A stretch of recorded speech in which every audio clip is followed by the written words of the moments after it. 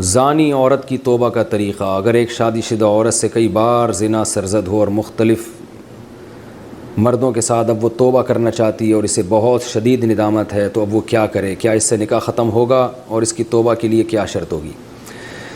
زنا بہت بڑا جرم ہے. قرآن میں اللہ نے فرمایا یہ اپنی خواہش پوری کرنے کا بہت برا راستہ، اور کنواری لڑکی کا زنا کرنا بہت بڑا جرم، شادی شدہ کا تو اور بھی بڑا جرم، اور مرد کا زنا کرنا بھی بہت بڑا جرم، عورت کا زنا کرنا اس سے بھی بڑا جرم ہے. تبھی اللہ نے جب زانی کی سزا بیان کی ہے نا تو عورت کا ذکر پہلے کیا.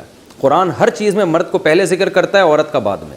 چور کا ہاتھ کاٹنے کی باری آئی تو اللہ نے فرمایا چور مرد کا بھی ہاتھ کاٹو اور چور عورت کا بھی ہاتھ کاٹو. یہاں مرد کا ذکر پہلے، عورت کا بعد میں. لیکن زنا کی جہاں بات آئی اللہ نے فرمایا زانیۃ والزانی فجلدوا کل واحد منہما مئۃ جلدہ. زنا کرنے والی عورت کو بھی 100 کوڑے مارو اور مرد کو بھی. تو یہاں عورت کا ذکر پہلے اس لیے کیا کہ عورت میں زنا کی رغبت کم ہوتی ہے اور اس میں حیا بھی ہوتی ہے، اس کے باوجود اس کا زنا کرنا یہ بہت بڑا جرم ہے. مرد کا بھی زنا کرنا بہت بڑا جرم ہے. سزا اللہ نے دونوں کی ایک رکھی ہے، لیکن حقیقت میں یہ فرق ہے ان میں، یعنی عملی طور پر دونوں کی جرم میں فرق ہے.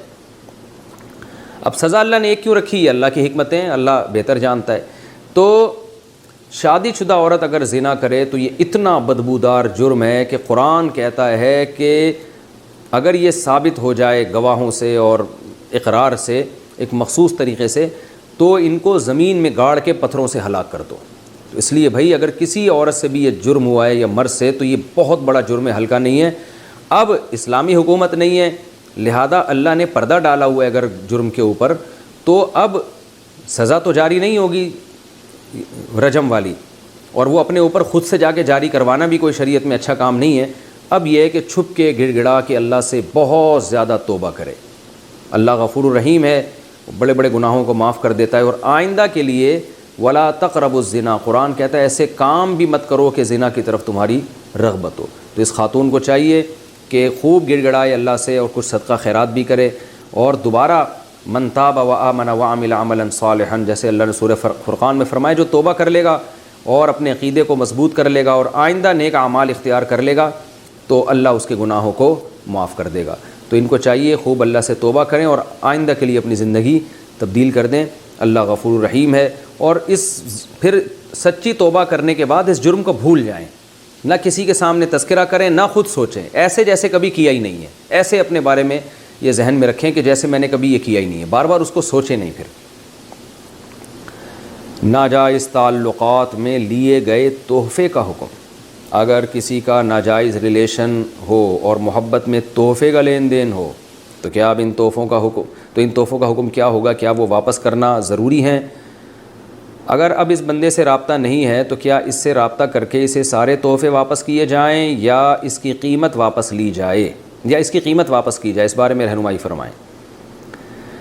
دیکھیں اگر کسی سے خدا نخواستہ ناجائز تعلق تھا تو اس نے جو گفٹ اس تعلق کو پیدا کرنے کے لیے دیے ہیں، یعنی کسی نے کسی عورت کو گفٹ دیے، نیت اس کی یہ تھی کہ تاکہ اس گفٹ سے یہ میرے ساتھ ناجائز تعلق رکھے، اور خاتون نے بھی لیے اسی نیت سے کہ بھئی میں اس لیے لے رہی ہوں تاکہ میں اس کی خواہش پوری کروں، اس کے ساتھ ناجائز تعلق رکھوں، تو پھر تو یہ گفٹ کا لین دین بالکل حرام تھا اور اس خاتون کے لیے اس گفٹ کا استعمال جائز نہیں ہے.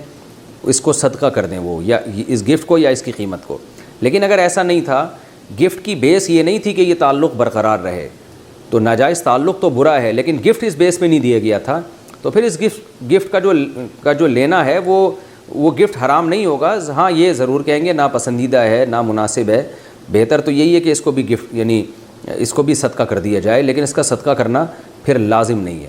البتہ یہ کوئی پاکیزہ اور حلال طیب میں شامل نہیں ہے یہ چیز، کیونکہ نامحرم مرد اور عورت کا کوئی اس طرح کا لین دین جبکہ ان کی نیتیں بھی ٹھیک نہ ہو، یہ بہرحال مکروہ اور ناپسندیدہ ہے، لیکن اس کو حرام نہیں کہیں گے اس صورت میں. انڈیا سے کسی نے پوچھا ہے، میں ایک 18 سال کا کنوارا لڑکا ہوں، مجھ سے ایک کافر شادی شدہ عورت نے تعلق بنا لیا ہے، میں نے اس کے چاہنے پر زنا بھی کر لیا، مجھے اللہ کی رضا کے لیے کیا کرنا چاہیے؟ اس عورت کو اپنی زندگی سے کیسے دور کروں؟ آج کل لوگ زنا کی بات ایسے پوچھ رہے ہوتے ہیں جیسے کوئی بہت ہی ہلکی سی بات ہے. لوگ بتا رہے ہوتے ہیں مجھ سے زنا ہو گیا، مجھ سے. بھائی کیسے ہو گیا زنا؟ زنا کوئی ہلکی چیز ہے؟ یہ تو کتے بلی گدھے گھوڑوں کا کام ہے. انسان جو ہے نا وہ نہیں عورت کی طرف جب تک وہ بیوی نہ بنا لے نہیں جاتا اس کی طرف. یہ بہت بڑا جرم ہے، اس لیے اس کو ہلکا نہ سمجھا کریں.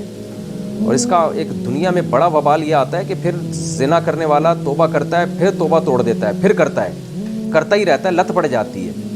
تو آپ سے ایک جرم ہو گیا، اب آپ 2 رکعت پڑھ کے خوب گڑ گڑائیں اللہ کے سامنے، بہت روئیں، جتنا رونا نہیں آتا رونے کی صورت بنا لیں، اور اللہ کے غضب کو ٹھنڈا کرنے کے لیے کچھ صدقہ خیرات بھی کر لیں. اور پھر آئندہ اس عورت کا نمبر بھی بلاک کریں اور بالکل تعلق ختم کر دیں. لوگ کیا کرتے ہیں، شیطان ایسے موقع پہ کہتا ہے یہ غیر اخلاقی حرکت ہے، اس کی بات تو سنو، اس کا فون تو اٹھاؤ، اس کو جواب تو، کوئی ضرورت نہیں ہے جواب دینے کی، نمبر بلاک کر دیں ہمیشہ کے لیے. تو ورنہ یہ اس گند میں ایک دفعہ پڑ گئے نا آپ، یہ بار بار ہوگا، اور پھر وہی گدھے گھوڑوں والی زندگی بن جاتی ہے زانی کی. 3 پیس سوٹ ٹائی میں گھومنے والا اللہ کی نظر میں مہذب نہیں ہے. 3 پیس سوٹ ٹائی والے آپ کو بہت مل جائیں گے، اور اللہ کی نظر میں مہذب وہ ہے جو اس گندگی سے بچتا ہے. یہ گدھے گھوڑوں والا کام ہے، کتے بلی والا کام ہے، یہ ذہن میں رکھیں. تو آج کل لڑکوں میں یہ گدھے گھوڑوں والا کام بہت ہو رہا ہے. تو اللہ نے ایک ہی راستہ رکھا ہے جو عزت دار لوگوں کا کام ہے، جو تہذیب یافتہ لوگوں کا کام ہے، کہ عورت کو بیوی بنا کے گھر میں لاتے ہیں، پھر اس سے اپنا ریلیشن ہوتا ہے، اس سے اولاد ہوتی ہے، ایک محبت ہوتی ہے، خاندان بنتا ہے. تو جو ہو گیا، اب ظاہر ہے وہ عمل ریورس تو نہیں ہو سکتا. اب 2 رکعت پڑھ کے خوب گڑ گڑا کے اللہ سے توبہ کریں، رونا نہ آئے تو رونے کی صورت بنا لیں، اور پھر اس کو ہمیشہ کے لیے بھول جائیں. تو دماغ سے نکال دیں کہ مجھ سے کیا ہوا تھا، کہ کبھی کسی سے تذکرہ بھی نہ کریں، کبھی ذہن میں سوچیں بھی نہیں اس کو. تو سوچنے سے بھی نحوست آتی ہے انسان پر، سوچیں بھی نہیں اس کو، اور کچھ صدقہ خیرات بھی کر دیں. اور میں نے بتایا کہ آئندہ قریب، قرآن میں اللہ نے کہا نا لا تقربوا الزنا، زنا کے قریب بھی مت پھٹکو، ایسا کام ہی نہ کرو جس سے انسان کی طبیعت زنا کی طرف جاتی ہے. اور جلد، اگر آپ کی شادی نہیں ہوئی تو جلد سے جلد نکاح بھی کریں آپ. ابھی آپ نے پوچھا عورت کو اپنی زندگی سے کیسے دور کروں، بلاک کر دیں ایک دفعہ، ختم. دوبارہ رابطہ کرنے کی کوشش کرے تو اسے طبیعت سے اس کو جواب دے دیں. ویسے ذرا اپنے پیسے پھنسے ہوئے ہوں، کیسے لوگ گالیاں نکال رہے ہوتے ہیں میرے پیسے دے، اور جب ایسا مسئلہ آتا ہے عورت کا تو بڑے ملنسار بن جاتے ہیں. ایکچولی آپ مجھ سے تعلق نہ کریں، ایکچولی یہ ضرورت نہیں ہے بھائی. اس کو طبیعت سے سنا دو کہ تو کتوں والی زندگی گزار رہی ہے، مجھے کیوں کتا بنا رہی ہے. اس کو بولا تمہارے ایسا ہوتا ہوگا بھائی، یہ گدھے گھوڑے والا حساب ہمارے یہاں نہیں ہوتا، اب دفع ہو جاؤ گا، دوبارہ آئی تو میں دیکھتا ہوں پھر کیا کرتا ہوں تیرے خلاف. ایسے دھمکی دیں اور ہمیشہ کے لیے بلاک کر دیں. ایسے موقع پہ کہ بھائی اللہ نے ہمیں اچھا بننے کے لیے پیدا کیا ہو یا نہیں کیا ہو، لیکن بننا چاہیے سب کو، اور برائی کو دنیا سے ختم بولو کرنا چاہیے. اس پہ تو سارے متفق ہیں نا. تو دنیا میں کوئی ایسا شخص دیکھا جو کہتا ہو ہمیں دنیا ایکچولی ہمیں چاہیے برائی کو ہم دنیا میں پروموٹ کریں، اخلاقیات کو ختم کریں، اور برائی کو ہم کیا کریں، سوسائٹی میں پھیلائیں. ایسا کوئی دیکھا آپ نے دنیا میں؟ دیکھا ہے تو فوراً تھانے میں رپورٹ کرائیں. ایسا ہی ہوگا نا. بڑی گڑبڑ پتہ ہے کہاں سے شروع ہوتی ہے؟ قرآن نے بڑا خاندانی کام کیا ہے. قرآن نے ہمیں گائیڈ کیا کہ دیکھو اچھائی اور برائی کی ڈیفینیشن میں بڑا اختلاف ہوگا. یہاں بھی انسانی عقل تمہیں صحیح گائیڈ نہیں کرے گی، کیونکہ یہ عقل سے اوپر کی چیز ہے. یہاں بھی تمہیں گائیڈنس کی ضرورت ہے خدا کی، کیونکہ خدا جب تمہیں بتائے گا اچھا کیا ہے برا کیا ہے، اس میں خدا کے مفاد نہیں ہوں گے. انسان جب ایکسپلین کرے گا اچھائی اور برائی کو، اپنے فائدے کو سامنے رکھ کے کرے گا. جو چرس پینے کا عادی ہے وہ چرس کے خلاف تقریر کبھی بھی بولو نہیں سنے گا. جو زنا کرنے کا عادی ہے وہ زنا کے خلاف کبھی بھی نہیں سنے گا. جس کو پینے کا شوق ہے وہ شراب کی برائی بولو نا کیوں چپ ہو گئے نہیں سنے گا. جو فیملی سسٹم کے خلاف ہیں وہ چچا پھپھو خالہ دادی نانی کے حقوق سننا پسند بولو نہیں کریں گے. اس لیے اللہ نے کہا کہ نا نا نا نا.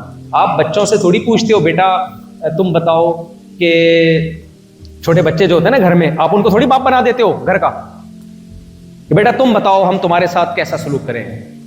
بھائی بچوں کو ہم بتائیں گے بیٹا ہم آپ کے فادر ہیں، ٹھیک ہے نا. میں اکثر لوگوں کو بتاتا ہوں، میرے پاس کچھ لوگ آئے ہوئے ہوتے ہیں نا، باپ بیٹا آئے ہوئے ہوتے ہیں تو بڑے زیادہ لبرل ہو جاتے ہیں نا جو، تو باپ جو ہے بیٹے کے سامنے ایسے جھک جھک کے بات کر رہا ہوتا ہے، بڑی ڈر لگ رہا ہوتا ہے میرے بیٹے کے کوئی بات بری نہ لگ جائے، اور بیٹا ایسے اچھل اچھل کے بات کر رہا ہوتا ہے. ایسے میرے پاس کیسز بہت آئے ہیں، ہر طرح کا طبقہ آتا ہے ملنے کے لیے. تو میں ان کو پتہ ہے کیا کہتا ہوں، میں کہتا ہوں اصل میں یہ الٹا ہو گیا معاملہ، یہ پہلے پیدا ہو گیا اور یہ بعد میں پیدا ہو گیا. بعض دفعہ ہوتا ہے کوئی کروموسوم آگے پیچھے ہو جاتے ہیں، کچھ کروموسوم ڈیزیز ہوتی ہے نا، کچھ کروموسومل ڈیزیز، تو کچھ ہو سکتا ہے الٹ پلٹ ہو گیا ہو. تو میں نے کہا ایکچولی باپ ان کو ہونا چاہیے تھا، بیٹا اس کو ہونا چاہیے تھا. تو اللہ تعالیٰ کہتے ہیں یہ میں تم پہ نہیں چھوڑوں گا کہ تم فیصلہ کرو اچھا کیا ہے برا کیا ہے، تم تو پروگرام کیا کر دو گے، برباد۔ اس لیے اللہ کہتے ہیں میں بتاؤں گا اچھا کیا ہے، اس کرائٹیریا پہ اترو گے تو مانوں گا کہ اچھے ہو، اس معیار پہ نہیں اترو گے تو ساری دنیا اچھا کہہ لے، میں تمہیں اچھا نہیں کہوں گا۔ اب وہ کرائٹیریا کیا ہے؟ وہ 4 شرطیں سورہ بنی اسرائیل میں اللہ نے بیان کی ہیں، وہ 4 شرطیں بیان کر کے میں بیان ختم کرتا ہوں اور پھر ہم سوال جواب کا سیشن شروع کرتے ہیں۔ سینکڑوں سوالات اکٹھے ہو گئے ہیں آپ لوگوں کی طرف سے، لیکن ہم سینکڑوں کا جواب نہیں دے سکتے، عقل یہ کہتی ہے کیا ہے۔ ان میں بہت سارے سوال ایک جیسے ہیں تو وہ تو ہم نے ایک ہی لے لیے تاکہ سب کو جواب مل جائے گا، جو کامن سوال بہت زیادہ آئے ہیں وہ ان کا جواب میں دوں گا۔ تو میرے بھائی وہ 4 شرطیں اللہ نے بیان کی ہیں۔ نمبر 1، اللہ فرماتے ہیں سورہ بنی اسرائیل میں وَمَنْ أَرَادَ الْآخِرَةَ، کوئی بھی عمل جس کو تم اچھا سمجھتے ہو اس میں سب سے پہلا تمہاری نیت خدا کی رضا ہونی چاہیے۔ اگر گاڈ کو راضی کرنے کے لیے وہ کام نہیں کر رہے تو دنیا تمہیں کہے گی بہت اچھا، میں کہوں گا بالکل بھی اچھا نہیں آئی، میرا خیال ہے بہت۔ دیکھو آپ کیا کرتے ہو، لاکھوں لوگوں کو کھانا کھلاتے ہو، مقصد ہے لوگ خوش ہو جائیں، گاڈ نہیں ہے بیچ میں، خدا نہیں ہے بیچ میں جس نے آپ کو پیدا کیا۔ تو قرآن و سنت یہ کہتے ہیں لوگوں کی طرف سے آپ کو انعام بھی ملے گا، گلدستے بھی پیش کیے جائیں گے، پھول بھی پیش کیے جائیں گے، لوگ تعریفیں بھی کریں گے۔ اللہ کے ہاں آپ کے عمل کی 2 ٹکے کی ویلیو بولو۔ اور اگر آپ آدھی کھجور صدقہ کر کے دے دو، آدھی کھجور، حدیث کے الفاظ ہیں، نیت کس کو خوش کرنا ہے؟ اللہ، وہ آدھی کھجور بھی اللہ کے غضب کو ٹھنڈا کر دے۔ سورہ دہر میں اللہ فرماتے ہیں انما نطعمکم لوجہ اللہ لا نرید منکم جزاء ولا شکورا، ہمارے جو بندے ہم پر ایمان رکھتے ہیں وہ غریبوں کو کھانا کھلاتے ہیں، بہت کھلاتے ہیں، غریبوں کا بڑا خیال کرتے ہیں، علاج کرتے ہیں، گھر بنا کے دیتے ہیں، انسانیت کی خدمت خوب سمجھ لو۔ جتنا اسلام انسانیت کی خدمت کو پروموٹ کرتا ہے اتنا دنیا میں کوئی قوت پروموٹ نہیں کرتی۔ بہت زیادہ مردوں کے حقوق، عورتوں کے حقوق جتنے اسلام نے بتائے اتنا کسی طاقت نے نہیں بتائے۔ بہت زیادہ وومن رائٹس ہیں اسلام میں، یہ بہت بڑا پروپیگنڈا ہے کہ اسلام عورت پہ ظلم کرتا ہے۔ کمپیئر کریں نا اسلامی حکامات کو دوسروں کے حکام سے تو اسلام کا پلڑا عورتوں بچوں کے حقوق میں بھاری نظر آئے گا آپ کو۔ آپ مسلمان گڑبڑ کر سکتا ہے تو ہم نے مسلمان کا ٹھیکہ تھوڑی لیا ہے، میں غلط ہو سکتا ہوں، آپ غلط ہو سکتے ہیں، بھائی اسلام میں غلط نہیں ہے۔ جیسے لبرل لوگ برائی پہ اچھائی کا لیبل لگا لیتے ہیں تو مذہبی لوگ اپنی برائی پہ مذہب کا لیبل لگا دیتے ہیں۔ یہ دھاندلی ہر جگہ ہوتی ہے، نہیں آ رہی میرا خیال ہے بات سمجھ میں؟ بھائی اسلام تو برائی کو زیادہ برا سمجھتا ہے۔ میں لوگوں سے اکثر کہتا ہوں دیکھو آپ یہاں ٹیکس اگر نہیں دیتے نا، یہ والا جملہ لوگوں کو میرا بہت برا لگتا ہے، کہہ رہے پورا بیان بہت اچھا چل رہا ہے، ٹیکس کی بات پہ آ کے بہت ایسا لگتا ہے دم پہ پاؤں رکھ کھڑے ہوئے۔ آپ اگر گورنمنٹ کو ٹیکس نہیں دیتے یہاں پہ تو گورنمنٹ زیادہ سے زیادہ آپ کو یہ کہے گی برے لوگ ہیں، کوئی پینلٹی لگا دے گی۔ اللہ یہ نہیں کرے گا، اللہ کہتا ہے وَيْلٌ لِّلْمُطَفِّفِينَ، تباہی ہے، آگ ہے جہنم کی ان لوگوں کے لیے جو اِذَا اكْتَالُوا عَلَى النَّاسِ يَسْتَوْفُونَ، اپنا حق لینے کی باری آتی ہے تو پہلی لائن میں کھڑے ہوئے ہوتے ہیں، جب حق دینے کی باری آتی ہے اس میں ڈنڈی مارتے ہیں۔ ٹیکس کی وجہ سے آپ کو یہاں گورنمنٹ جو سہولتیں دیتی ہے وہ تمام تر سہولتیں آپ ایسے کھا رہے ہوتے ہو جیسے کوئی لنگر بٹ رہا ہے یہاں پہ داتا دربار پہ، ایسے کھڑے ہوئے ہوتے ہو یار یہ بھی فری ہے یہاں پہ۔ ابھی مجھے ایک صاحب ملے جو مجھے لے کر آئے ہیں، داڑھی اتنی بڑی، ٹوپی، شلوار قمیض اور کرتا آدھی پنڈلی تک، پورے فنڈامنٹلسٹ قسم کے مولانا لگ رہے ہیں۔ میں نے کہا آپ کی پڑھائی؟ انہوں نے کہا میں نے پی ایچ ڈی کیا یہاں امریکہ میں ہی، پیدا یہیں ہوئے ہیں، مسلمان یعنی پاکستانی ہیں والدین، وہ یہاں پیدا ہو گئے۔ تو اب کیا ہے کہ کہتے ہیں میری میٹرک تک کی پڑھائی فری، میرا پی ایچ ڈی میں نے فری کیا، گورنمنٹ نے اسکالرشپ دی مجھے، یہ فری یہ فری یہ فری۔ میں نے کہا کوئی کام اپنے خرچے پہ کیا آپ نے یہاں پہ؟ ساری ایجوکیشن فری، بچوں کو ہوم اسکولنگ میں پڑھا رہے ہیں، گورنمنٹ اس پہ بھی پیسہ دے رہی ہے۔ تو بھائی یہ تو آپ داتا دربار سے بھی بڑا لنگر بٹ رہا ہے، اور آپ لنگر اتنا فری پھوکٹ کا آپ کو اپنے ملکوں میں مل رہا ہے۔ اور تعلیم بھی اعلیٰ معیار کی. جب ٹیکس دینے کی باری آئے تو آپ کو کافروں کی حکومت ہے, غیر مسلموں کی حکومت ہے. اور بھائی یہ باتیں کر کے آپ اپنی جان چھڑا سکتے ہو دنیا کی نظر میں. گورنمنٹ بھی ہو سکتا ہے کوئی وکیل ہائر کر کے ٹوپیاں کرا دو آپ, اللہ نہیں چھوڑے گا آپ کو, اللہ نہیں چھوڑے گا. اللہ کا قانون بہت سخت ہے. نبی صلی اللہ علیہ وسلم نے دیکھو صلح حدیبیہ کیا. صلح حدیبیہ میں کافروں کی شرطیں مانی گئی ہیں. وہ ساری شرطیں دیکھنے میں اسلام کے اگینسٹ تھیں. ان میں ایک شرط کیا تھی کہ جب کوئی وہاں سے مسلمان ہو کر آپ کے پاس آئے گا تو آپ اس کو پناہ نہیں دیں گے, آپ اس کو واپس کر دیں گے. میں سمجھا پا رہا ہوں اپنی بات؟ ٹائم تو ہے نا, بہت سمیٹنے کی کوشش میں لگا ہوں میں جلدی سے بات کو, لیکن کیا کریں آپ, سین فرانسسکو ہے نا, آپ تو پوری دنیا کو ٹیکنالوجی کہتے ہیں یہاں سے شروع ہوتی ہے. یہاں گاڑیاں میں نے دیکھی ہیں, حیران ہو گیا ہوں میں یار, بغیر ڈرائیور کی گاڑیاں گھوم رہی ہیں, اور وہ اللہ خیر کرے. تو دجال بجال کا سیٹ اپ لگ رہا ہے. اچھا ہمارے یہاں یہ بھی بڑا مسئلہ ہے, ہر چیز کو دجال کے کھاتے میں ڈالا جا رہا ہے. بھائی کچھ چیزیں گراؤنڈ ریئلٹی ہیں. ترقی کر لی تو آپ ترقی کرو, ترقی ہو نہیں رہی تو یہ بھی دجال ہے, وہ بھی دجال ہے, فلانا بھی دجال ہے, ڈمکانا بھی دجال ہے. یہ بھی اپنی ایک احساس کمتری ہے جس کو دجال کے کھاتے میں دجال نہیں ہے. یہ ٹیکنالوجی ہے میرے بھائی, یہ کیا ہے. آپ بھی پڑھ لو, آپ بھی یونیورسٹیاں بناؤ. ہمارے جامعۃ الرشید نے ابھی غزالی یونیورسٹی بنائی الحمدللہ, کہ بھئی علماء بھی آ رہے ہیں تو ہم جو ہے نا سائنٹسٹ بھی ہم پیدا کریں. جو ایک ٹوٹی پھوٹی کوشش, اب کر پائیں گے نہیں کر پائیں گے ایک الگ بات ہے, لیکن ایک کوشش تو ہے نا, تو آپ لوگ بھی کرو بھائی. مجھے بڑی خوشی ہو رہی ہے یہاں اتنے زبردست مدارس اور علماء اسکول بھی چلا رہے ہیں, مدارس بھی چلا رہے ہیں. ایجوکیشن کو فوکس کرنا پڑے گا بھائی. دجال وجال سے دجال آئے گا, حقیقت ہے, جب آئے گا نا اس کو اسی ٹائم پہ آنے دو, ٹائم سے پہلے نکالنے کی کوشش مت کرو. ہر چیز دجال کے کھاتے میں نا. اچھا خیر, جب بات کو میں سمیٹوں جلدی سے, کیا بات کر رہا تھا میں؟ ہاں وہ تو 4 شرطیں تو تھی, وہ جو مثال دے رہا تھا نا میں. ہاں میں یہ کہہ رہا تھا کہ ویل للمطففین میں اللہ نے کیا کہا ہے کہ تباہی ہے ان لوگوں کے لیے. اپنا حق لینے کی باری آتی ہے تو پورا پراپر حق لیتے ہیں, دینے کی باری آتی ہے تو ڈنڈی مارتے. یہ نہیں چلے گا میرے بھائی, جو اللہ پوچھے گا وہ زیادہ پوچھے گا, سمجھ رہے ہو, یہ گورنمنٹ کم پوچھے گی. تو اب کیا مسئلہ ہے کہ پہلی شرط اللہ نے بیان کی کہ ومن اراد الآخرہ, نیت آخرت ہو, نیت اللہ کی. اگر آپ اللہ کو نکال دیتے ہو بیچ سے, لوگوں کے لیے کر رہے ہو, یعنی شو مارنے کے لیے, لوگوں سے انسانیت کی خدمت تو ہوگی, کس کو خوش کرنے کے لیے؟ اللہ کو. تو یہ پہلی شرط ہے, اس کے بغیر آپ کا عمل قبول بولو نہیں ہے. دوسری شرط ومن اراد الآخرۃ وسعى لها, کوشش بھی کرے, خالی نیت کافی نہیں. ہمارے یہاں بہت سے لوگ نیت کر کے بیٹھے ہوئے ہیں, میں انسانیت کی خدمت کروں گا, میں یہ کروں گا, میں وہ کروں گا, میں یہ کروں گا, میں وہ کروں گا, ہفتے سے میں پڑھائی شروع کروں گا. ہم تو یہ سوچتے تھے ہفتے سے ہم کیا کریں گے, اچھے بچے بن جائیں گے.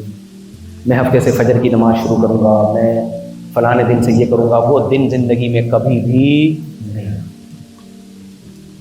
اس لیے اللہ نے کہا عمل بھی کرے, خالی ہوائی باتیں بولو.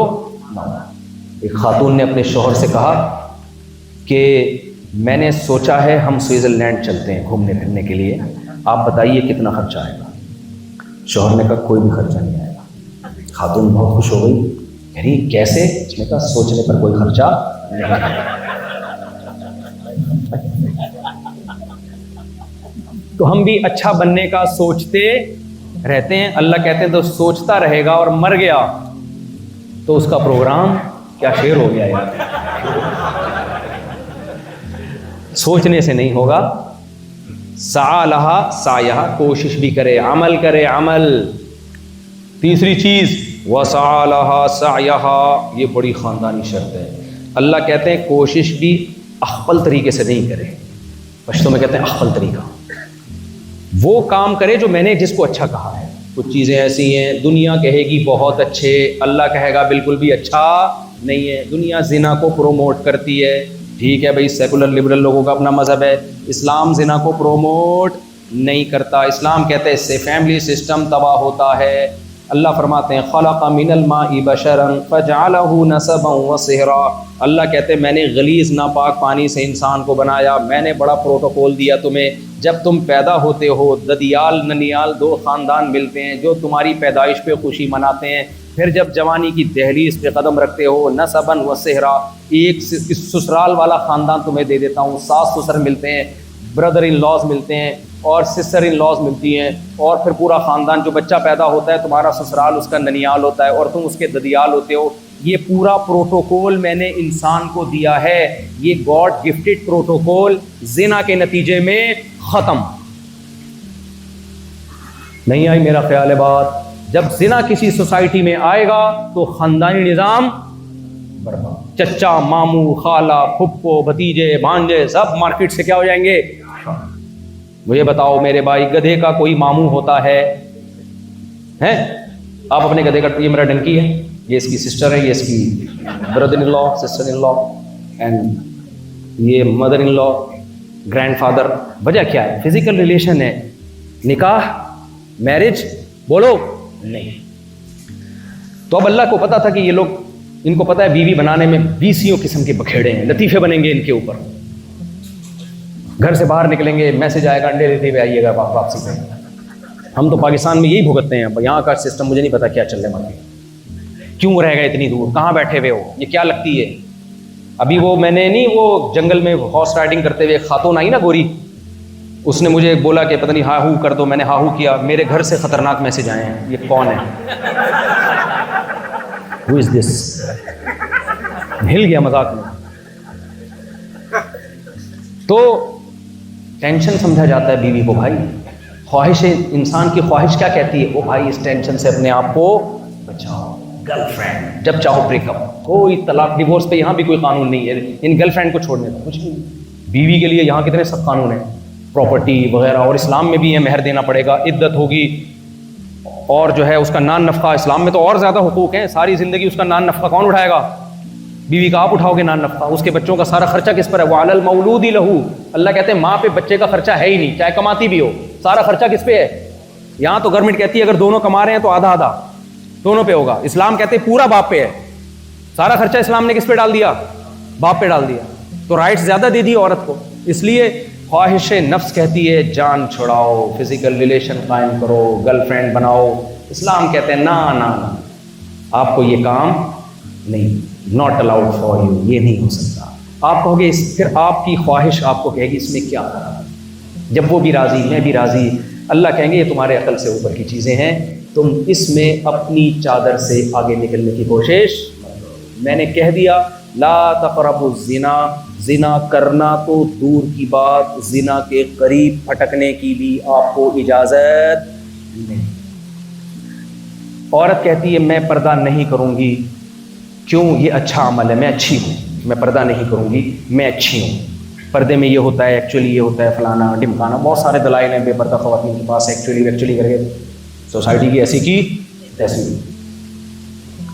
اور ویمن رائٹس کے نام پہ بھائی ہم پردہ نہیں کریں گے، ہم آزاد ہیں، ہم پردہ نہیں کریں گے۔ آزادی کی وجہ سے بیڑا کیا غرق ہوا؟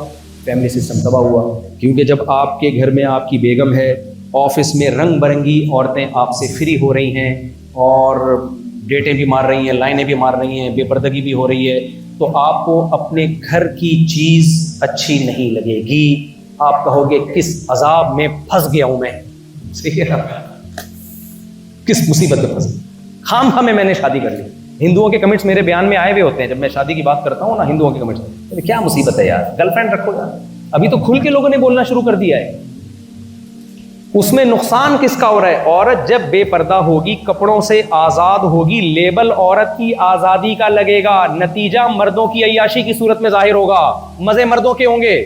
مرد چاہتا ہے عورت پردہ نہ کرے، مرد چاہتا ہے یار میں جب چاہوں دیکھوں اس کو۔ اسلام نے کہا مردوں کے مزے بند کرنے کے لیے عورت کو پردہ کرنا پڑے گا، تاکہ مرد کے پاس اپنی وائف کے علاوہ کوئی آپشن نہ ہو۔ تو یہ عورت کے حقوق کے لیے، لیکن ہم کیا، جب ہم خواہشات پہ چلیں گے، ہم بے پردگی پہ لیبل کون سا لگا دیں گے؟ اچھا۔ تو یہ گڑبڑ انسان کرتا ہے، اس لیے اللہ یہاں پہ بیچ میں اللہ نے آ کے قانون سازی کی، فرمایا وسعی لہا سعیہا، وہ اچھا کام کرو جس کو میں کیا کہتا ہوں اچھا، اس میں تمہیں انٹرفیئر کی اجازت نہیں ہے. میں بے پردگی کو اچھا نہیں کہتا، میں پردے کو اچھا کہتا. نہیں آ رہی میرا خیال ہے بات؟ تو اس لیے خواتین کا پردہ کرنے سے عورت کا فائدہ ہے. اگر خواتین سب پردہ کرنا شروع کر دیں، فائدہ کس کو ہوگا؟ مردوں کی عیاشی ختم ہو جائے گی، مرد امریکہ سے بھاگیں گے، بولیں گے سعودی عرب چلو بھائی، کیا رکھا ہے یہاں پہ، اور کیا مرتے ہیں آنے کے لیے، تو ڈنکی لگا لگا کے آتے ہیں.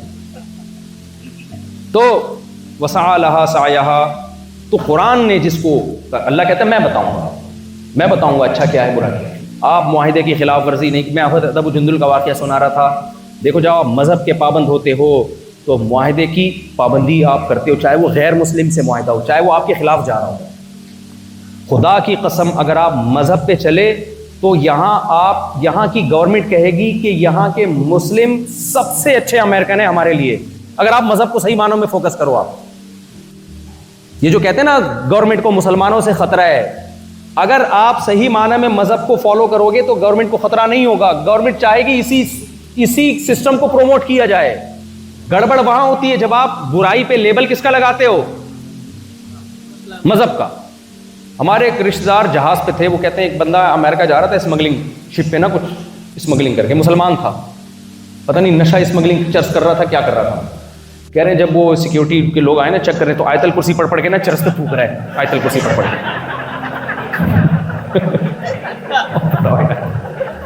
چرس تھی، یہ پتہ نہیں کیا تھا مجھے یاد نہیں، آیت الکرسی پڑھ رہا ہے، وہ بچ گیا. تو کیا کہے گا یار، آیت الکرسی کی برکت ہے. ابے تو کیا کر رہا ہے؟ کر رہے ہوتے لوگ یہ کام، انلیگل مال لے کر آ رہے ہیں اور آیت الکرسی پڑھ کے بزرگوں سے دعا کروا رہے ہیں. تو اب کیا ہے، وسعى لها سعيها، اللہ کہتے ہیں کوشش بھی وہ جس کو میں کہوں اچھا، یعنی آخرت والی کوشش، جس کو میں نے آخرت والی کوشش کہا ہے. اپنی طرف سے تمہیں فیصلہ کرنے کی اجازت نہیں ہے. اس کوشش میں کیا کیا چیزیں داخل ہیں بہت اہم ہے، جلدی بتا دوں. نمبر 1، دیکھو یہاں شراب لیگل ہے لیکن گورنمنٹ نے آپ کو فورس نہیں کیا کہ آپ شراب پئیں. اگر آپ نہیں پیتے تو گورنمنٹ کو اس سے کوئی تکلیف، بلکہ گورنمنٹ خوش ہوتی ہے، اسلام بھی خوش ہوتا ہے. تو چھوڑ دو شراب یار، کیا خیال ہے؟ نہیں پیتے، مجھے پتا ہے آپ لوگ، آپ کیا چھوڑ دو کا مطلب ہم پیتے ہیں کیا؟ نہیں، چھوڑے رکھو اس کو، مت قریب جاؤ اس کے شراب کے. اللہ کا عذاب زیادہ سخت ہے.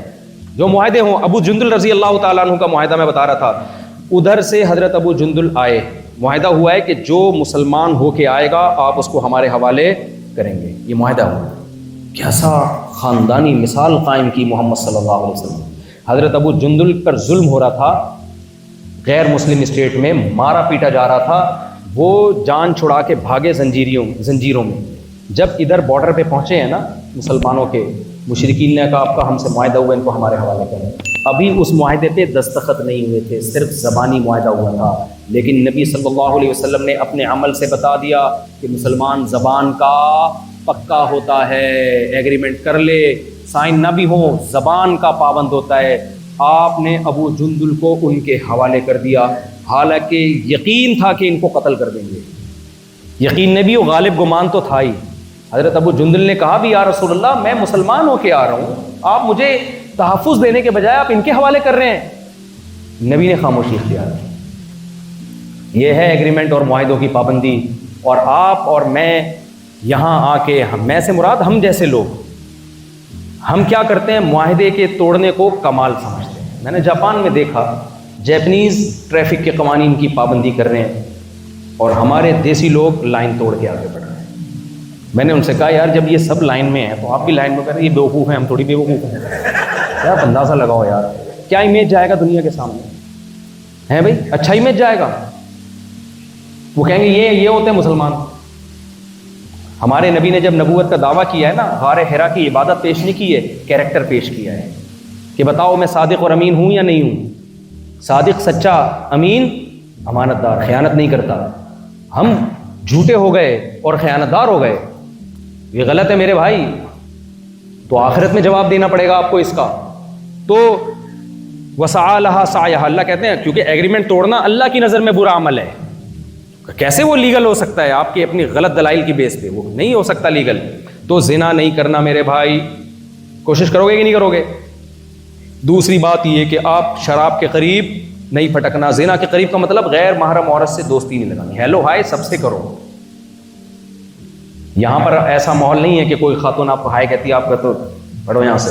میں اس کی آپ کو مشورہ نہیں دے رہا, ہر جگہ کا کلچر الگ ہوتا ہے. یہاں آپ کو ہیلو ہیلو بس آگے چلے جاؤ, ہیلو کر لو. یہاں ہیلو بھی نہیں جواب دیتے تو یہ بد اخلاقی سمجھا. ہر ایک کا کلچر ہوتا ہے نا.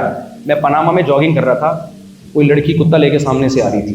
اس نے کہا ہے, میں نے کہا ہے, چلا گیا. پھر میں نے دیکھا کوئی دیسی دیکھ تو نہیں رہا,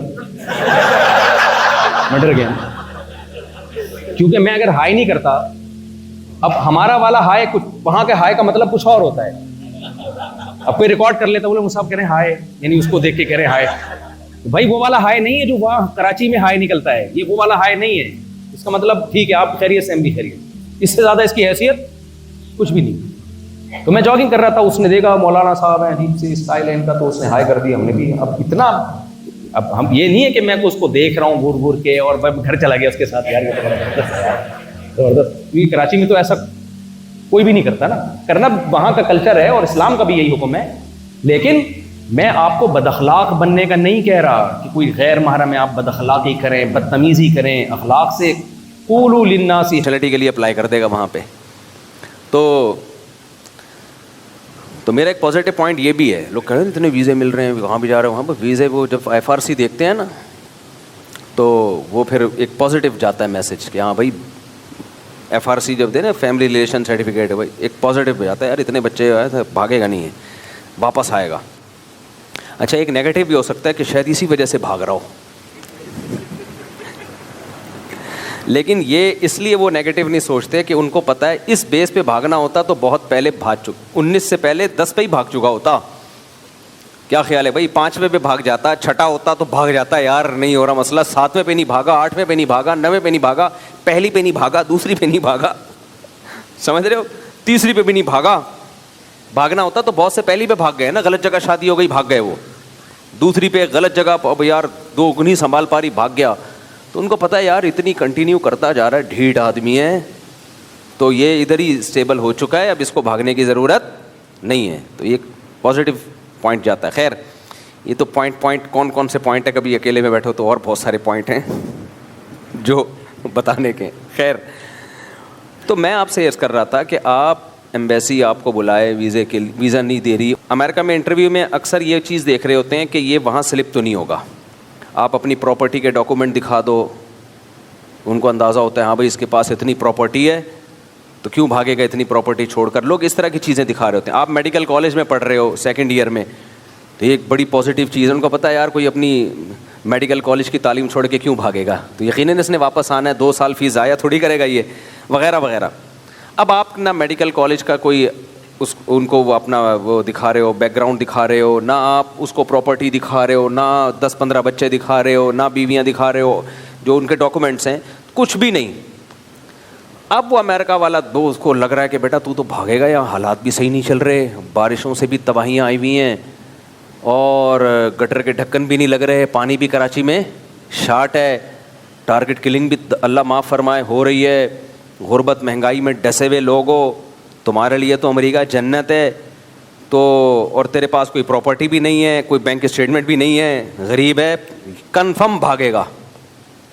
اب آپ ایموشنل ہو رہے ہو, ثبوت کوئی نہیں آپ کے پاس, آپ کہہ رہے ہو نہیں بھاگوں گا, خدا کی قسم یہ وطن میری مٹی, اور مٹی بھی اٹھا کے چھوپر میں لے آیا, مجھے اس وطن کی مٹی سے محبت ہے, خون کے آخری قطرے تک میری جان اس وطن پہ قربان. تو ان چیزوں سے وہ متاثر ہوگا, کہہ رہے یار یہ تو ہمیں بیوقوف بنا رہا ہے, کچھ بھی نہیں ہے تیرے پاس یہاں رہنے کے لیے, تو بھاگے گا نا. آپ کہہ خدا کی قسم نہیں بھاگوں گا, لا الہ الا اللہ, قرآن پہ ہاتھ رکھوا لو, قسم اٹھوا لو, کہے گا بھائی صاحب ڈاکومنٹس پورے کر کے لے آ. ان جذباتی باتوں سے میں متاثر نہیں ہوں گا. اس طرح فوج میں ترقی کے کچھ اصول ہوتے ہیں, لیفٹیننٹ سے سب لیفٹیننٹ سے لیفٹیننٹ, لیفٹیننٹ سے کرنل, کرنل سے وغیرہ وغیرہ. تو آپ اس کا ایک اصول ضابطہ ہوتا ہے, بھائی یہ آپ کی ایک فائل بنتی رہتی ہے, آپ وہاں بھی ایموشنل ہو رہے ہو. تو میں سر بہت ایمانداری سے, مجھے آپ آرمی چیف بنا دیں, اللہ کا واسطہ آرمی چیف بنا دیں, میں بہت ایمانداری سے ملک کو چلاؤں گا, یہ کروں گا وہ کروں گا. بھائی یہ آپ کی ایک, یا تو بہت ساری چیزیں اس میں ہوتی ہیں نا, بہت ساری چیزیں انکلوڈ ہوتی ہیں. اس میں وزیر اعظم سے آپ کے تعلقات بھی دیکھے جاتے ہیں. زیادہ نہیں آگے جاؤ, سافٹ ویئر اپڈیٹ ہو جاتے ہیں. خیر, تو ہم بھی جذباتی ہو جاتے ہیں ایک دم سے, کیا کریں, ایموشنل. تو ہر چیز اس میں دیکھی جاتی ہے نا, اس میں کچھ تعلقات دیکھے جاتے ہیں, کچھ آپ میں صلاحیت دیکھی جاتی ہے, سب کچھ مل جل کے ہوتا ہے. یہ میں اتنی مثالیں کیوں دے رہا ہوں کہ ہم سمجھتے ہیں کہ بس اسلام ہی تختہ مشق رہ گیا ہے. تورات, انجیل, زبور, جتنی آسمانی کتابیں ہیں, قرآن پاک, سب کا ایک ہی مضمون ہے, اعمال. جنت کس پہ ملتی ہے؟ ایموشنل ہونے پہ نہیں ملتی. جنت کس پہ ملتی ہے؟ اعمال. آپ لوگ کتنے عرصے سے درس قرآن سن رہے ہیں؟ کئی سال ہو گئے مجھے, پہلے میں نے 30واں پارہ ختم کیا, پھر اور جو میرے تفسیر کے لیکچر مفتی طارق مسعود اسپیچز والے چینل پہ جا رہے ہیں, کہیں آپ نے دیکھا کہ قرآن عقیدے اور اعمال کے علاوہ کسی اور چیز کو فوکس کرتا ہو؟ کہیں دیکھا آپ نے؟ اہل ایمان کی صفات میں وہی باتیں جو بار بار ریپیٹ ہوتی ہیں. تبھی ہم جب قرآن پہلی دفعہ ہم نے پڑھنا شروع کیا نا, عربی گرامر سیکھ کے, اور جو ہمیں ترجمہ سمجھ میں آنا شروع, تو ہم بار بار سوچتے تھے کہ قرآن مختلف انداز سے ایک ہی بات کو, چند باتوں کو ریپیٹ کرتا ہے. باتیں وہی ہوتی ہیں لیکن انداز کیا ہوتا ہے؟ مختلف. وہی انہی باتوں کو ریپیٹ کرتا ہے. یہ ایک اشکال ہوتا تھا, تو قرآن نے خود اس اشکال کا جواب دیا کہ ہم بار بار اپنی آیات کو پھیر پھیر کے بیان کرتے ہیں, لعلہم یذکرون, تاکہ ان کو نصیحت حاصل ہو. ایک دفعہ میں بات سے نصیحت حاصل نہیں ہوتی. ہم کہتے ہیں اللہ تعالیٰ نے ایک دفعہ ایمان والوں کی یہ علامتیں بیان کر دیں تو چلو ٹھیک ہے, اللہ نے بیان کر دیں, یہ ہونی چاہیے مسلمانوں میں. لیکن قرآن پھر وہی علامتیں, پھر وہی علامتیں, پھر وہی علامتیں, پھر وہی علامتیں, بار بار, اس لیے انسان کو احساس ہو جائے بھائی یہی ہے, اس کے بغیر اللہ آپ سے راضی نہیں ہوگا. اور وہ اعمال ہیں. سمجھ رہے ہو کہ نہیں سمجھ رہے؟ وہ کیا ہیں؟ وہ اعمال ہیں آپ کے. چند اخلاقیات ہیں, وہ آپ کو اپنے اندر پیدا کرنی ہے. یعنی کچھ اندر کے اعمال ہیں, کچھ باہر کے اعمال ہیں. کچھ نظریات ہیں, عقیدے ہیں, عقیدہ توحید, ختم نبوت, رسالت, آسمانی کتابوں پہ ایمان. یہ جو چند عقیدے ہیں, ان عقیدوں میں بھی ہم نے گڑبڑ کی. اتنے پیچیدہ پیچیدہ عقیدے مارکیٹ میں لانچ کیے. بھائی اسلام تو بہت سیدھا سادہ ہے, ایک خدا پہ ایمان, اس کے سوا کسی کو نہیں پکارنا, تمام پیغمبروں پہ ایمان, نبی صلی اللہ علیہ وسلم آخری نبی ہیں, آپ کے بعد کوئی پیغمبر نہیں آئے گا, تمام آسمانی کتابوں پہ ایمان. آخری آسمانی کتاب کون سی ہے؟ قرآن, جس نے تمام کتابوں کو منسوخ کر دیا. اور موت کے بعد دوبارہ زندگی ہے. یہ بہت آسان ہے, لیکن ہم نے اس میں بھی جا کے عرش کی مٹی قبر کی مٹی سے افضل ہے یا نہیں ہے. اس میں تو بھائی دونوں رائے ہو سکتی ہیں, کوئی وہ والی رائے رکھ لے تو بھی ٹھیک ہے, دوسری رائے رکھ لے تو بھی ٹھیک. اس پہ تو بحث کی ضرورت ہی نہیں ہے, یہ ہمارے بنیادی عقیدوں میں سے نہیں ہے. لیکن ان چیزوں پہ پھر وہ آگے حیات النبی, ممات النبی کے جھگڑے, اتنے عوام تو اس میں پس کے رہ جاتی ہے. وہ کہتے ہیں حیاتی جنتی, وہ کہتے ہیں مماتی دوزخی, مماتی کہتے ہیں حیاتی دوزخی, وہ کہتے ہیں مماتی. عوام جو کراچی میں تو یہی نہیں پتہ ہے حیاتی مماتی ہوتا کیا ہے. لیکن آپ دیکھو ایک حیاتی کی مسجد میں جاؤ گے, جو متشدد لوگ ہیں ان کی بات کر رہا ہوں, وہ مماتیوں کی صبح و شام, اس کا ایسا لگتا ہے زندگی کا مقصد ہی یہی ہے کہ مماتی جہنمی ہے. حالانکہ کوئی اختلاف نہیں ہے, چند الفاظ کا تھوڑا سا کھیل ہے بس. اور اگر ہے بھی تو چپ کر جاؤ یار, چھوڑو, کیا کرنا ہے اتنی ڈیپ میں جا کے باتیں بیان کرنے کا. عوام کو دوسری چیزوں میں لگاؤ جو قرآن نے جن چیزوں کو فوکس کیا ہے. میں اکثر ایک واقعہ سناتا ہوں نا, ہمارے یہاں جو فرقہ واریت کس اسٹائل کی چل رہی ہے, واقعہ تو کئی دفعہ سنا چکا ہوں, لیکن موقع کی مناسبت سے دوبارہ آ جائے تو اچھا ہوتا ہے. کہتے ہیں کسی جنگل میں دو آدمی ملے, حالانکہ جنگل میں تو جانور ہوتے ہیں نا, اتفاق سے کوئی گم گیا ہوگا, دوسرا بھی مل گیا. تو انہوں نے کہا یہ بھی ایک بندہ میری طرح کا یہاں راستہ بھول گیا ہے. کہیں دنیا میں تھے نا وہ, تو امریکہ کے, فرض کرو امریکہ کے جنگلوں میں. تو اس نے دوسرے سے پوچھا, یار ماشاء اللہ اور تو بھی مجھے مل گیا, تو ہے کیا؟ اب اس کو ڈر لگ رہا ہے, پتہ نہیں یہ کون سے مذہب کا ہے, کون سے کنٹری کا ہے, دشمن نہ نکلے کہیں. یار تو کدھر کا ہے؟ اس نے کہا میں پاکستان. اڑے زندہ باد, اتفاق سے میں بھی کہاں کا ہوں؟ Pakistan. Nice to meet you, بڑی خوشی ہوئی آپ سے مل کے, اپنا ملک ایک ہی نکلا. اچھا یار تو یہ بتا کہ تیرا مذہب کیا ہے؟ مسلمان ہوں. اڑے ہم بھی کیا ہیں؟ مسلمان. ویری گڈ, زبردست مذہب. اب آپ کا خوف آہستہ آہستہ کیا ہو رہا ہے؟ بولو کم ہو رہا ہے کہ یار اپنا ہی ہے, ہر لحاظ سے اپنا ہے. ابے مسلمانوں میں فرقے ورقے بہت چل رہے ہیں آج کل مارکیٹ میں. ایسا نہ ہو کوئی ایسے فرقے کا ہو کہ گردن اڑا دے یہیں میری کھڑے کھڑے کہ تجھے تو میں تلاش کر رہا تھا.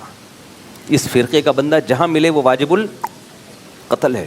باپ کو ایک خوف ہوا, ٹھیک ہے, آپ نے پوچھا تیرا فرقہ کون سا ہے؟ اس نے کہا بھائی سنی ہوں. اڑے یار ہم بھی کیا ہیں سنی, چلو شیعہ سنی کا جھگڑا بھی ختم. اچھا سنیوں میں تو 4 مکاتب فکر ہیں, وہ تو سب ایک دوسرے کو برحق سمجھتے ہیں, لیکن چلو انسان کو اپنے ہم مسلک سے تھوڑا سا لگاؤ زیادہ ہوتا ہے. اس نے کہا میں فقہ حنفی کو فالو کرتا ہوں. اڑے یار ہم بھی فقہ حنفی کو فالو کرتے ہیں. سبحان اللہ, کوئی جھینگے پہ بھی جھگڑا, کوئی کیکڑے پہ بھی جھگڑا نہیں ہوگا, کوئی خوراک, کوئی مسئلہ ہی نہیں. نماز بھی بالکل سیم ہوگی. آپ کو اور خوشی محسوس ہوئی. اچھا یار تو یہ بتا کہ حنفیوں میں دیوبندی بھی ہوتے ہیں, بریلوی بھی ہوتے ہیں, تو کیا ہے؟ اس نے کہا میں دیوبندی ہوں. ابے زندہ باد یار, کوئی ربیع الاول پہ بھی کوئی مسئلہ نہیں ہوگا, سیم ربیع الاول دونوں کا ہے بھائی, سیم. تو ہم سب کا وہ امام حرم کے پیچھے ہم دونوں نماز پڑھ لیں گے, کبھی جانا ہوگا حج پہ, ٹھیک ہے, کوئی مسئلہ ہی نہیں ہوگا. زبردست. دیوبندیوں میں حیاتی ہے مماتی ہے؟ اس نے کہہ دیا مماتی. دھت تیرے کی, ادھر آ کے مار کھا گیا سالا. مجھے پتا تھا تو پنجپیری ہے. تو پھر اس کو جو مناظرے جنگل میں وہیں کیا شروع ہو گئے.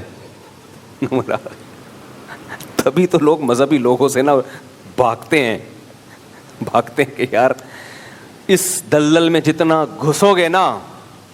اس لیے میرے بھائی, اس لیے اہل علم اسے نہیں کہتے کہ آپ کو جو آتا ہے وہ عوام کے سامنے رکھ دیں. نا نا نا نا, عوام کے سامنے وہ رکھیں جو ان کی بنیادی ضرورت ہے. بڑا مسئلہ اہل علم کے ساتھ کیا ہوتا ہے, جو جن کو علم میں رسوخ نہیں ہے.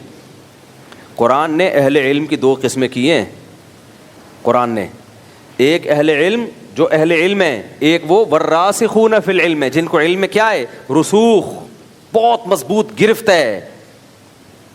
صرف کتابیں یاد کر لینا اور احادیث کا پتہ ہونا, یہ صحیح ہے, یہ ضعیف ہے, یہ متواتر ہے, یہ خبر واحد ہے, یہ قرآن کی, یہ اس کو علم نہیں کہتے. صرف محض اس کو علم رسوخ, ڈیپ میں جانا, اسلام کے مزاج کو سمجھنا, یہ بہت ضروری ہے.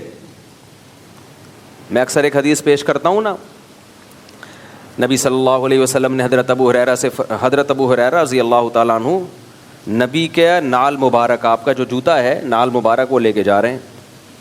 راستے میں حضرت عمر سے ملاقات ہوئی تو حضرت ابو ہریرہ نے حدیث سنائی کہ جو شخص لا الہ الا اللہ کہے وہ جنت میں داخل ہوگا. میں نے نبی سے یہ سنا ہے اور میرے پاس اس کا ثبوت بھی ہے. نبی صلی اللہ علیہ وسلم, پہلے زمانے میں یہ تھا کہ بھائی یہ علامت ہوگی کہ دیکھو نبی نے اپنی ایک نال مبارک دی ہوئی ہے, یہ بتانے کے لیے کہ یہ میری طرف ہی نسبت ہے اور یہ اوتھینٹک حدیث ہے. حضرت عمر نے حضرت ابو ہریرہ کو ایسے کر کے دھکا دیا پیچھے, وہ بیچارے کولے کے بل زمین پہ گرے.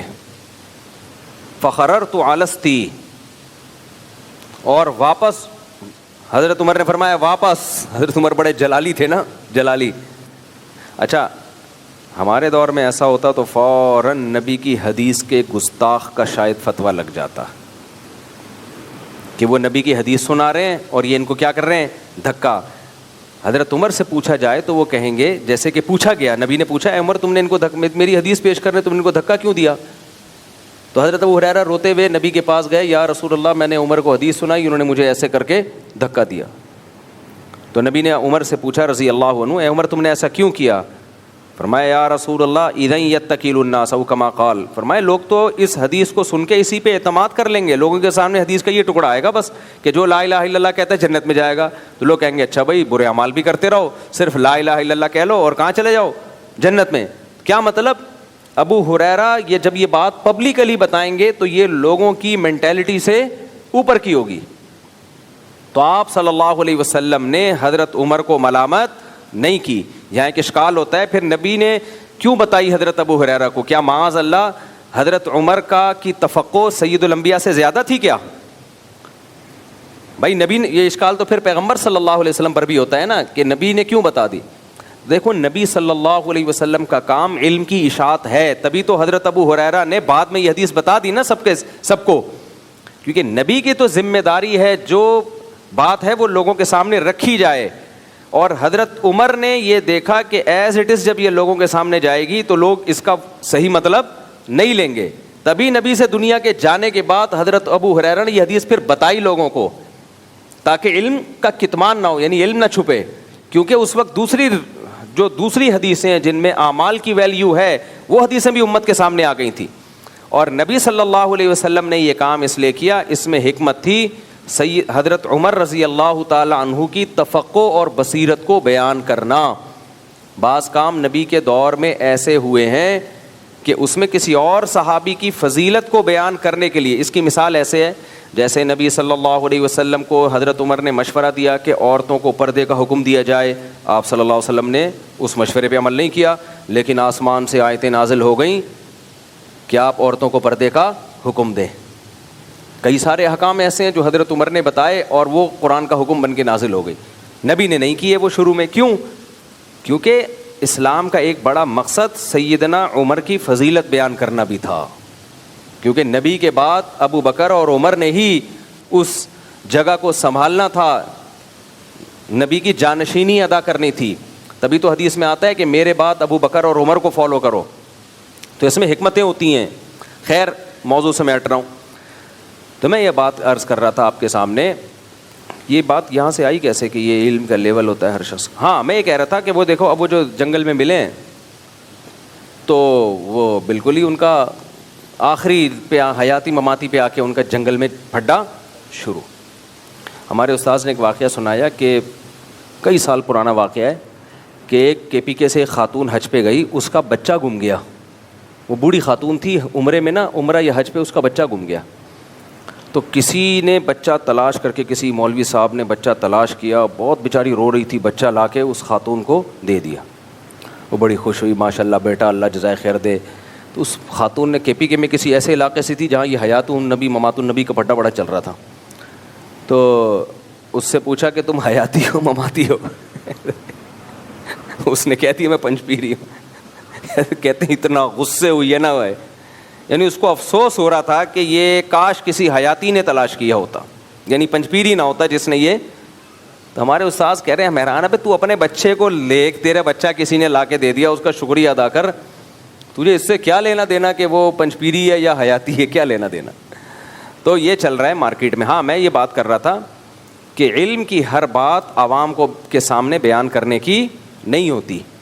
لوگ ہمیں بھی کہتے ہیں نا مفتی صاحب کے پاس کوئی علمی صلاحیت نہیں ہے, ہلکا پھلکا بیان کر رہے ہوتے ہیں, لطیفے چٹکلے اور شادیوں وادیوں کی باتیں. بھائی علمی بیانات مدرسوں میں ہوتے ہیں, طلبہ کے سامنے ہوتے ہیں, عوام کے سامنے, کیونکہ قرآن بہت آسان ہے. جنت میں جانے کے لیے بیسک اصول بہت آسان ہے, تو ان کو ہی فوکس کیا جائے گا. علمی بقراتیوں میں, افلاطونیوں میں اور بہت پیچیدہ ٹیکنیکل قسم کے چیزوں میں لوگوں کو الجھانا, اس سے آپ کی دھاک تو بیٹھ جائے گی. لوگ بولیں گے یار ویل ایجوکیٹڈ آدمی معلوم ہوتا ہے, انگلش بھی, عربی شربی کی اصطلاحات بھی, اور یہ ٹھیش پیش.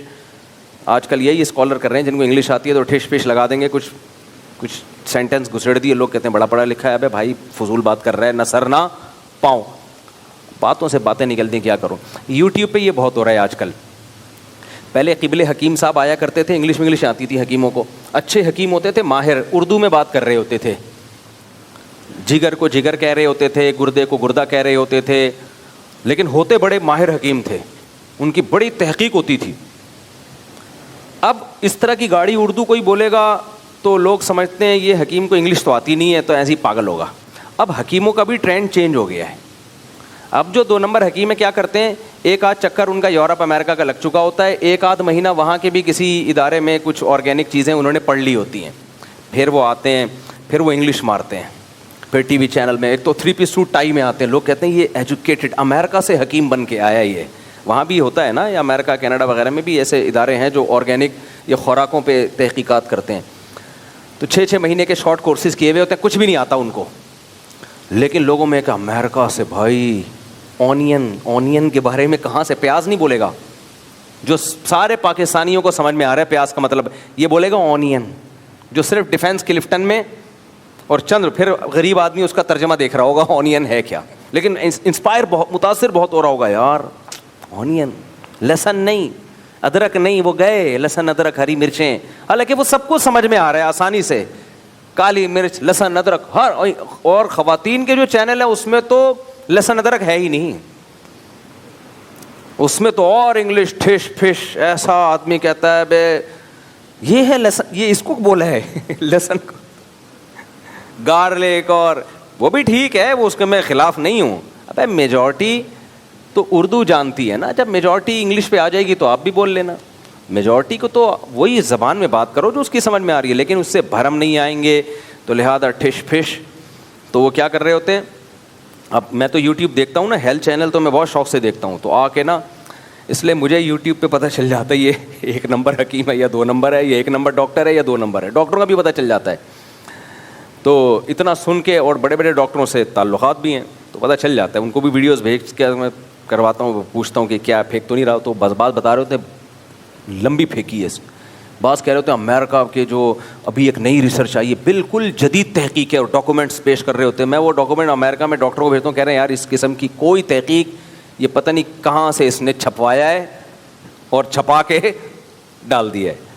ہمیں کیا پتہ چل رہا ہوتا ہے کہ یار یہ اوتھینٹک ہے بھی یا نہیں, ہمیں پتہ چل رہا ہوتا ہے, ہم تو انگلش دیکھ رہے ہوتے ہیں, کوئی ایک ٹھپا لگا ہوا ہوتا ہے کہیں سے, ادھر سے کسی موچی سے لے کے ٹھپا لگا دیا, کیا پتہ چل رہا ہوتا ہے یار. تو اس لیے یوٹیوب کی کوئی بھی تحقیق ہوتی ہے ریلائبل ڈاکٹروں سے پوچھیں, سمجھتے ہو. خیر, تو اب اس میں کیا ہوتا ہے, وہ قبلہ حکیم صاحب 3 پیس سوٹ ٹائی میں آنے لگے ہیں, اور اب وہ تھوڑا سا انگلش بھی بولنے لگے ہیں. تو اس انگلش کی وجہ سے لوگ کہتے ہیں پڑھے لکھے حکیم ہے, کچھ بھی نہیں ہے میرے بھائی. تو کوئی باقی پڑھا لکھا ہو, بوڑھا ہو, ایجڈ ہو, تجربہ ہو, وہ اس کو ان بھرم سے متاثر نہ ہوا کرو, کہاں سے کہاں بات چلے گی. خیر, میں جلدی سے بات کو سمیٹتا ہوں.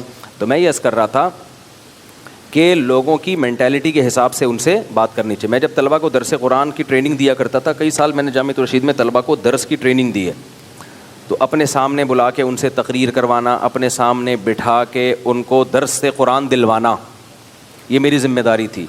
تو جب بھی میں درس دلواتا تھا نا, تو میں پھر نوٹ کر رہا ہوتا تھا یہ درس کے دوران کیا کیا غلطیاں کرتے ہیں. اچھا, ہمارے یہاں یہ بھی ایک مسئلہ ہے, بغیر سیکھے ممبر پہ آ کے بیٹھ جاتے ہیں, پھر وہی منافرت پھیلانا اور یہ سب چیزیں چل رہی ہوتی ہیں. تو اس میں 2 چیزیں بہت نوٹ کر رہا تھا. ایک, مشکل الفاظ استعمال نہ کرو درس میں. نمبر 2, درس میں آپ نے یہ نہیں دیکھنا کہ مجھے کیا آتا ہے. درس دینے سے پہلے آپ کو بہت کچھ آتا ہے جس سے آپ کی علمی دھاک بیٹھ سکتی ہے, بہت کچھ آتا ہے. آپ نے یہ دیکھنا ہے سامنے والوں کی ضرورت کیا ہے. سامنے والوں کی بولو ضرورت کیا ہے. آتا تو بہت کچھ ہے آپ کو بھائی, لیکن سامنے والوں کی وہ ضرورت نہیں ہے, ان کو اس علم کی ضرورت نہیں ہے. مثال کے طور پر میں یہاں کسی متنازع شخصیت کے بارے میں بیان کرنا شروع کر دوں کہ کچھ کہہ رہے ہیں وہ اچھے تھے, میں کہہ رہا ہوں وہ برے تھے, دلائل کے انبار لگا دوں. اب اس شخصیت سے ہمارا کوئی لینا دینا نہیں ہے, نہ قبر میں ہم سے اس کے بارے میں سوال ہوگا, نہ دنیا میں اس کا کوئی اثر پڑ رہا ہے ہمارے اوپر. تو اس سے یہ تو پتہ چل جائے گا مفتی صاحب کا مطالعہ بہت ہے, لیکن ایک بھرم بیٹھ جائیں گے, عوام کو کوئی فائدہ نہیں ہوگا اس سے.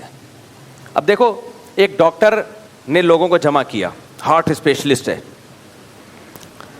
ہارٹ اسپیشلسٹ ڈاکٹر ہے, اس نے پبلک کو جمع کیا, آؤ میں آپ کو ہیلتھ کے بارے میں ایک انتہائی اہم معلومات دینے والا ہوں. بلکہ ہارٹ اسپیشلسٹ نہیں ہے, کسی ایسی بیماری کا اسپیشلسٹ ہے جو لاکھوں میں کوئی 1 آدھ لوگوں کو ہوتی ہے. ایسی بیماریاں بھی ہیں جو ہزاروں لاکھوں میں 1 آدھ لوگوں کو ہوتی ہیں. اب اس نے بلا کے وہ پورے لیکچر دینا شروع کر دیے, ڈائیگرام بنا کے, ایسی ہوتی ہے بیماری اتنی خطرناک, اور اس بیماری کا ایک پیشنٹ بھی مجمع میں موجود نہیں ہے. تو پتہ ہے وہ بیماری تو لوگوں کو اس سے فائدہ ہو نہ ہو, اس بیماری کے بارے میں بحث مباحثے کی خارش کی بیماری بہرحال پیدا ہو جائے گی. نہیں آئی میرا خیال ہے بات؟ اب پتہ ہے اس سے کیا ہوگا, جب ڈاکٹروں کی وہی باتیں سنیں گے جن کا ہماری روزمرہ کی لائف سے تعلق ہی نہیں ہے, تو پھر کیا ہو جائے گا, پھر وہ یوٹیوب پہ کہیں سنیں گے دوسرا ڈاکٹر اس کے خلاف نظریہ لے کر آیا, آپ نے سنا ہوگا یہ والا ڈاکٹر تو وہ والی بات کر رہا تھا اور یہ اس کے خلاف, تو پھر آپ دلائل, مناظرے, بحث, پھر ہر ایک سے ابے فلاں ڈاکٹر کی اس باری بیماری کے بارے میں یہ رائے ہے, تیری کیا رائے ہے, وہ کہے گا میری یہ رائے, ابے تو غلط بول رہا ہے, وہ صحیح بول رہا تھا. ایک غیر ضروری جنگ میں وہ تمام کے تمام لوگ چھڑ جائیں گے, حالانکہ اس بیماری کا اس سوسائٹی سے کوئی تعلق ہے ہی نہیں. مردوں کو بٹھا کے زنانہ بیماریوں پہ ڈسکشن شروع کر دے کوئی, اب سارے مردوں کو بلایا اور مینسز کے بارے میں ڈیٹیل, مرد بولیں گے بھائی ہاں یہ ہمارا مسئلہ تھوڑی ہے بھائی, ان کو ٹرین کر رہے ہیں. تو بھائی یہ ڈاکٹروں میں یہ بات کرو, کیونکہ ان کو کبھی خواتین کا علاج کرنا پڑتا ہے, کبھی مردوں کا علاج, تو ان کو بتاؤ. مرد کو آپ یہ کیوں بتا رہے ہو؟ میں اگر حیض و نفاس کے مسائل مردوں کو سکھاؤں, یا تو شادی شدہ مردوں کو, تاکہ وہ اپنی بیویوں کو سکھائیں, تو سمجھ میں آتا ہے. ایویں ہی میں مردوں کو سمجھانا شروع کر دوں تو بولیں گے یار ہمارے ساتھ یہ مسئلہ تھوڑی ہے. پریگنینسی کے بعد آپ نے اپنی فٹنس کو کیسے قائم رکھنا ہے, بچہ پیدا ہونے کے بعد جو ہے نا دوبارہ ویٹ اپنی اصل حالت پہ آ جائے. اس پہ میں لیکچر پہ لیکچر, تو آدمیوں میں لیکچر دے رہا ہوں. تو شروع میں تو آپ کو عجیب سا لگے گا, لیکن پھر پتہ ہے کیا ہے, آپ کو موٹاپے کی بیماری لگے نہ لگے, اس مسئلے پر بحث کی بیماری بہرحال لگ جائے گی. پھر آپ دوسرے ڈاکٹروں کو جا کے چھیڑیں گے, بتا یار خواتین کی اگر بچہ پیدا ہو جائے تو دوبارہ واپس ویٹ کیسے مینٹین ہوتا ہے. وہ بتائے ایسے, ابے چل تیرے کو کیا پتا, اس نے پوری ریسرچ سے بات کی ہے, اس طرح سے ہوتا ہے. پھر وہ کہے گا نہیں اس طرح نہیں, وہ ڈاکٹر ایسا ہے, اس کو کیا پتا. ابے تیرے کو پتا ہے, اس کو زیادہ پتا ہے. نہیں مجھ کو زیادہ پتا ہے, لے آ میرے سامنے چیلنج. پھر تیسرا ڈاکٹر الگ, پھر دو فرقے ایک محلے میں بن جائیں گے, حالانکہ ان کا اس مسئلے سے کوئی تعلق ہوگا ہی نہیں. گنجے کو آپ بتا رہے ہو یہ والی کنگھی زیادہ مناسب ہے بال بنانے کے لیے, برش سے بال بنانے کے بجائے اس کنگھی سے بنایا کر بال. تو گنجے کو بال بنے نہ بنے, یہ بیماری بحث کی, یہ خارش کی بیماری لگ جائے گی. ہمارے کراچی میں ایک مولوی صاحب تھے, ان کے ممبر پہ جب بھی جاؤ نا وہ حیات ممات کا مسئلہ بہت, ان کا ہر ہفتے کا مسئلہ ہی یہی تھا. میں اس وقت درجہ خامسہ میں 5ویں سال میں پڑھتا تھا. تو مجھے یاد ہے ہمارا ایک طالب علم, دیکھو میرا وہی عقیدہ ہے جو جمہور کا عقیدہ ہے, نبی صلی اللہ علیہ وسلم قبر مبارک میں برزخی حیات کے ساتھ زندہ ہیں, قبر مبارک میں برزخی حیات کے ساتھ زندہ ہیں. تو کیونکہ مجھ پہ بھی لوگ فتوے لگانا شروع کر دیتے ہیں, تو وہ کیا ہوا, تو وہ ہر ہفتے یہی مسئلہ, ہر ہفتے جمعے میں یہی مسئلہ. تو ایک طالب علم اجازت مانگ رہا تھا کہ حضرت وہ بہت بڑے عالم, بہت بڑے تھے وہ, کہ حضرت بہت بڑے عالم ہیں, میرے استاذ کے پاس آیا کہ بہت بڑے عالم ہیں, بڑے بزرگ ہیں, میں ان کے بیان میں چلے جایا کروں. ہمارے استاذ اجازت نہیں دے رہے تھے, بولے نہیں جاؤ. تو میں نے کہا حضرت ان کے عقیدے میں ہمارے عقیدے میں کوئی فرق تو ہے نہیں, اور ہیں بھی نیک اور علم ہے, تو آپ ان کو کیوں نہیں جانے دے رہے؟ یا تو ہوتا نا کوئی ایسی بات کر رہے ہوتے جو قرآن و سنت کے خلاف. تو ہمارے استاذ نے کہا اصل میں خارش کی بیماری لگے گی اس کو, ابھی ایک طالب علم ہے, اس کی سیکھنے کی عمر ہے. تو یہ جب وہاں بار بار ایک ہی ٹاپک, ایک وہ شادیوں والا ٹاپک نہیں تھا, کوئی اور ٹاپک تھا. شادیوں والا تو ٹاپک اس لیے ہے نا کہ وہ تو ہم سب کا مسئلہ ہے, وہ تو ہم سب کا, میرا نہیں ہے, اب آپ سب کا مسئلہ ہے وہ. تو وہ تو ہر جگہ کی ضرورت ہے نا, ہر گھر کی ضرورت ہے وہ تو اس لیے میں بولتا ہوں ہر مسلمان کی خواہش ہے یہ, ہر اب تو ویزا بھی میں نے بتایا کہ لگے گا.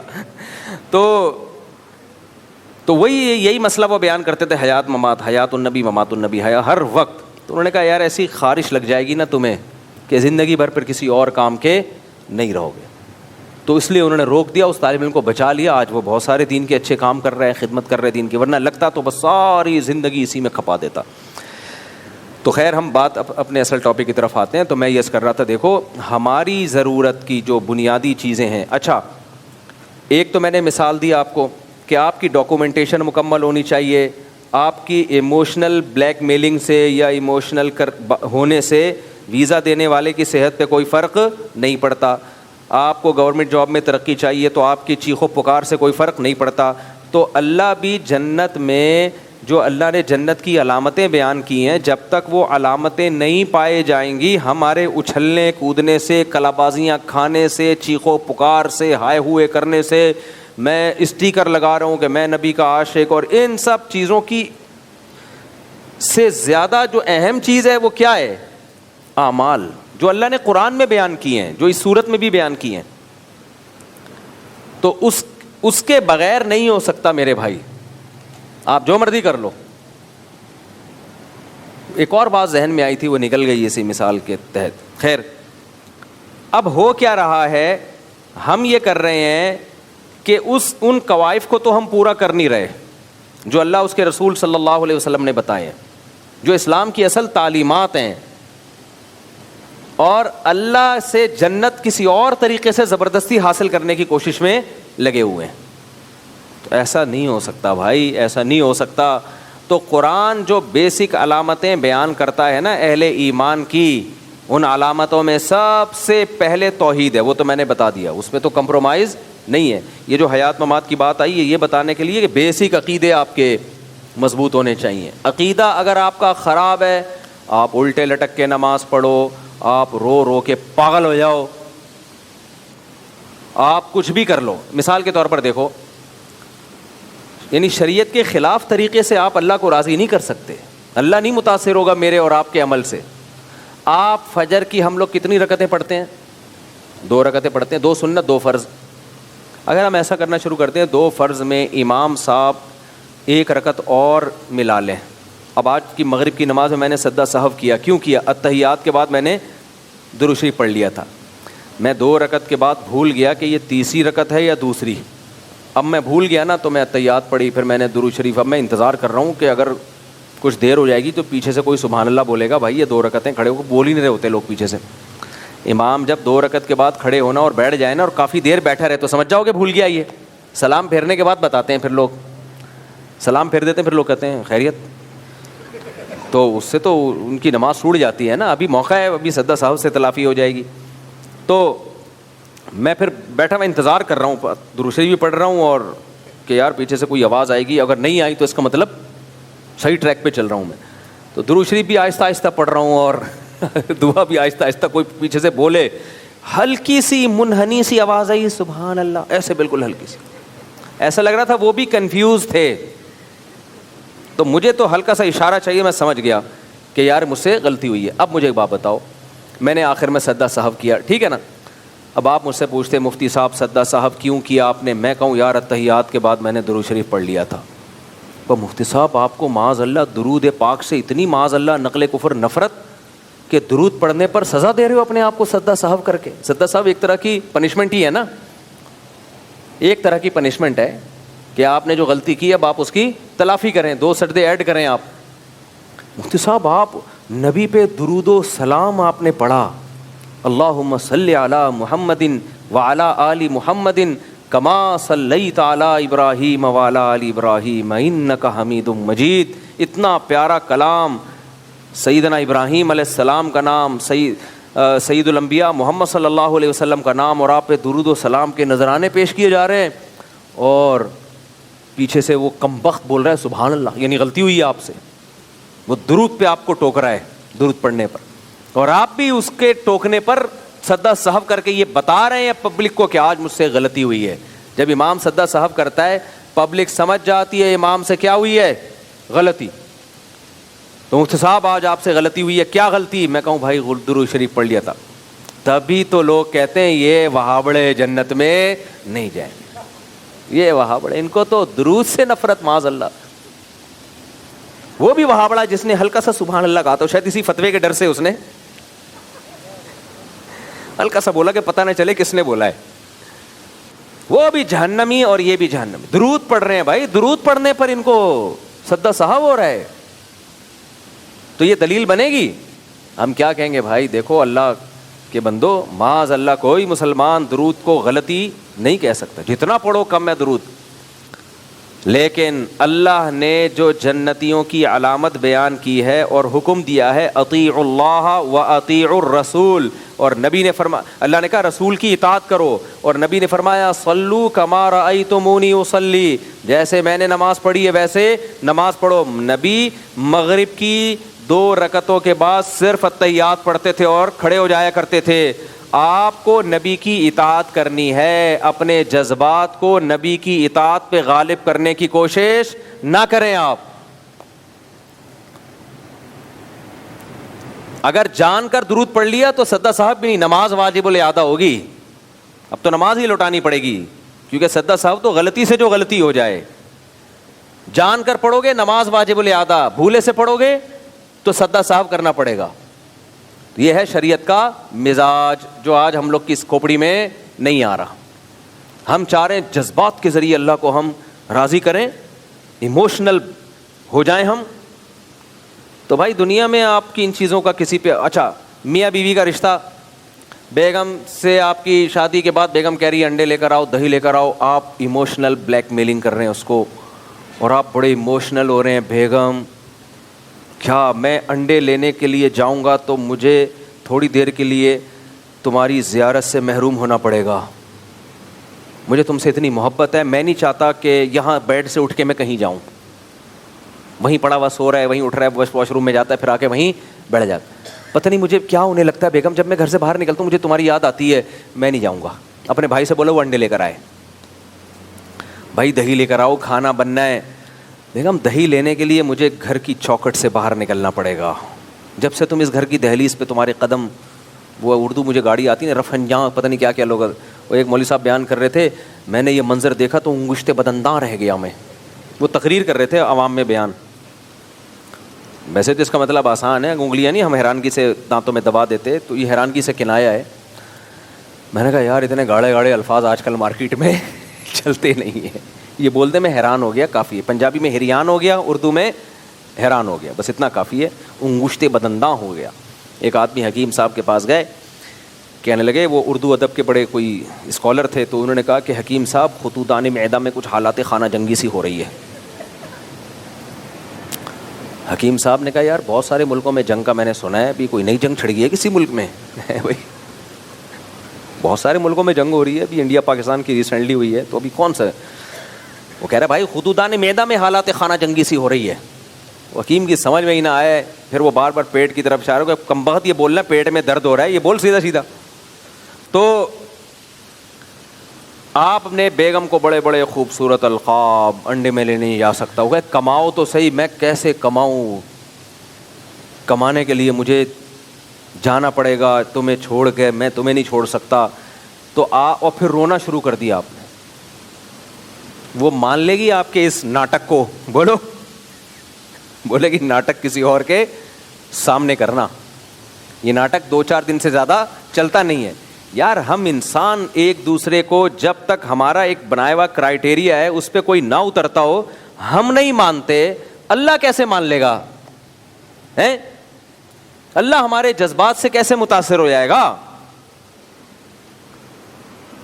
فجر کی 2 رکعتوں کے بجائے میں 3 رکعتیں پڑھنا شروع کر دوں, آپ بولے یار مفتی صاحب یہ کیا کر رہے ہو یار, 1 رکعت بڑھا ہی رہا ہوں نا, 2 سجدے کر دی, 1 رکوع کر دیا, تیرے کو کیا تکلیف ہے؟ بھائی ہمیں تکلیف نہیں ہے, نماز آپ کی نہیں ہوئی ہے, کیونکہ پیغمبر نے فجر میں 2 سنتیں اور 2 فرض. اتنا فقہائے کرام نے نبی کی اطاعت کو فالو کیا ہے کہ صبح صادق کے بعد فجر کی 2 سنتوں کے علاوہ کوئی اور نماز پڑھنا بھی مکروہ ناپسندیدہ. کیوں؟ کہتے ہیں بھائی نبی نے تہجد کی نماز کے بعد جب صبح صادق ہوتی تھی آپ فجر کی 2 سنتوں کے علاوہ کوئی اور نماز نہیں پڑھتے تھے, حالانکہ منع بھی نہیں کیا. اب اگر آپ تہجد کے بعد صبح صادق ہو گئی, اب آپ کہہ رہے ہو فجر کی 2 سنتیں تو میں نے پڑھ لی ہیں, چلو 2 رکعت اور اللہ کو راضی کرنے کے لیے پڑھ لوں, وقت تو ہے بھی فجر کی نماز میں. کسی بھی مفتی سے پوچھو کہ اگر جائز نہیں ہے, آپ کہو گے ناجائز ہونے کی کیا دلیل ہے؟ نبی نے کب منع کیا کہ جس نے 2 سنتیں ذرا جلدی پڑھ لی ہوں تو مزید 2 نفل نہیں پڑھ سکتا؟ اب دکھاؤ کوئی حدیث جس میں نبی نے منع کیا ہو. کوئی حدیث نہیں دکھا سکتے. کہیں گے بھائی نبی سے زیادہ آگے کیوں جا رہا ہے؟ نبی سے زیادہ نمازوں کی حرص کسی میں بھی نہیں تھی. قرۃ عینی فی الصلاۃ, نبی نے فرمایا میری آنکھوں کی ٹھنڈک نماز میں ہے. تو جب آپ نے صرف 2 رکعتیں اور وہ بھی مختصر پڑھی ہیں ہلکی, تبھی فجر کی 2 سنتیں ہلکی پڑھنا سنت ہے. قل یا ایھا الکافرون پڑھیں پہلی رکعت میں, دوسری میں قل ھو اللہ احد, لمبی پڑھنا سنت نہیں ہے. کیوں؟ آگے فجر لمبی پڑھیں, پھر آپ فجر کی 2 فرض لمبی پڑھیں آپ. اب آپ کہہ رہے ہو نہیں میں 2 نہیں, میں تو 4 پڑھوں گا, میں تو 8 پڑھوں گا, میں تو 10 پڑھوں گا. بھائی تو کیوں اپنی طرف سے شریعت لا رہا ہے؟ کہہ رہا ہے مجھے نماز میں مزہ آتا ہے, میری آنکھوں کی ٹھنڈک نماز میں ہے, اور مجھے کیوں روک رہے ہو نماز سے؟ پھر قرآن کی آیتیں فٹ کرنا شروع کر دے. ارأیت الذی ینہا عبدا اذا صلی, قرآن میں آتا ہے کہ اے نبی آپ نے اس بدبخت کو دیکھا کہ جب کوئی نماز پڑھتا ہے تو وہ بدبخت اس کو روکتا ہے. ایسے بدبخت بھی ہیں دنیا میں کہ آپ نماز پڑھ رہے ہو تو وہ آپ کو روکے. تو آپ نے کہا وہ بدبخت تو ہی ہے, اصل میں ابو جہل کی اولاد ہے تو, کیونکہ ابو جہل بھی یہ کام کرتا تھا, ابو لہب. قرآن نے اس کی برائی بیان کی ہے کہ بھلا ایسے بدبخت کو دیکھا کہ ایک آدمی اللہ کی عبادت کر رہا ہے اور وہ عبادت سے روکتا ہے, تو بھی مجھے عبادت سے روکتا ہے, بتا 2 رکعت جو میں پڑھ رہا تھا نماز ہے یا نہیں؟ کہ کہاں ہے. اور نبی نے کہیں اس نماز سے روکا نہیں؟ بھی کہیں بھی نہیں روکا نبی نے, کہیں بھی نہیں ملتی ہمیں حدیث کے نبی نے فجر کی 2 سنتوں کے بعد فرض سے پہلے 2 رکعتوں سے روکا ہو نبی نے.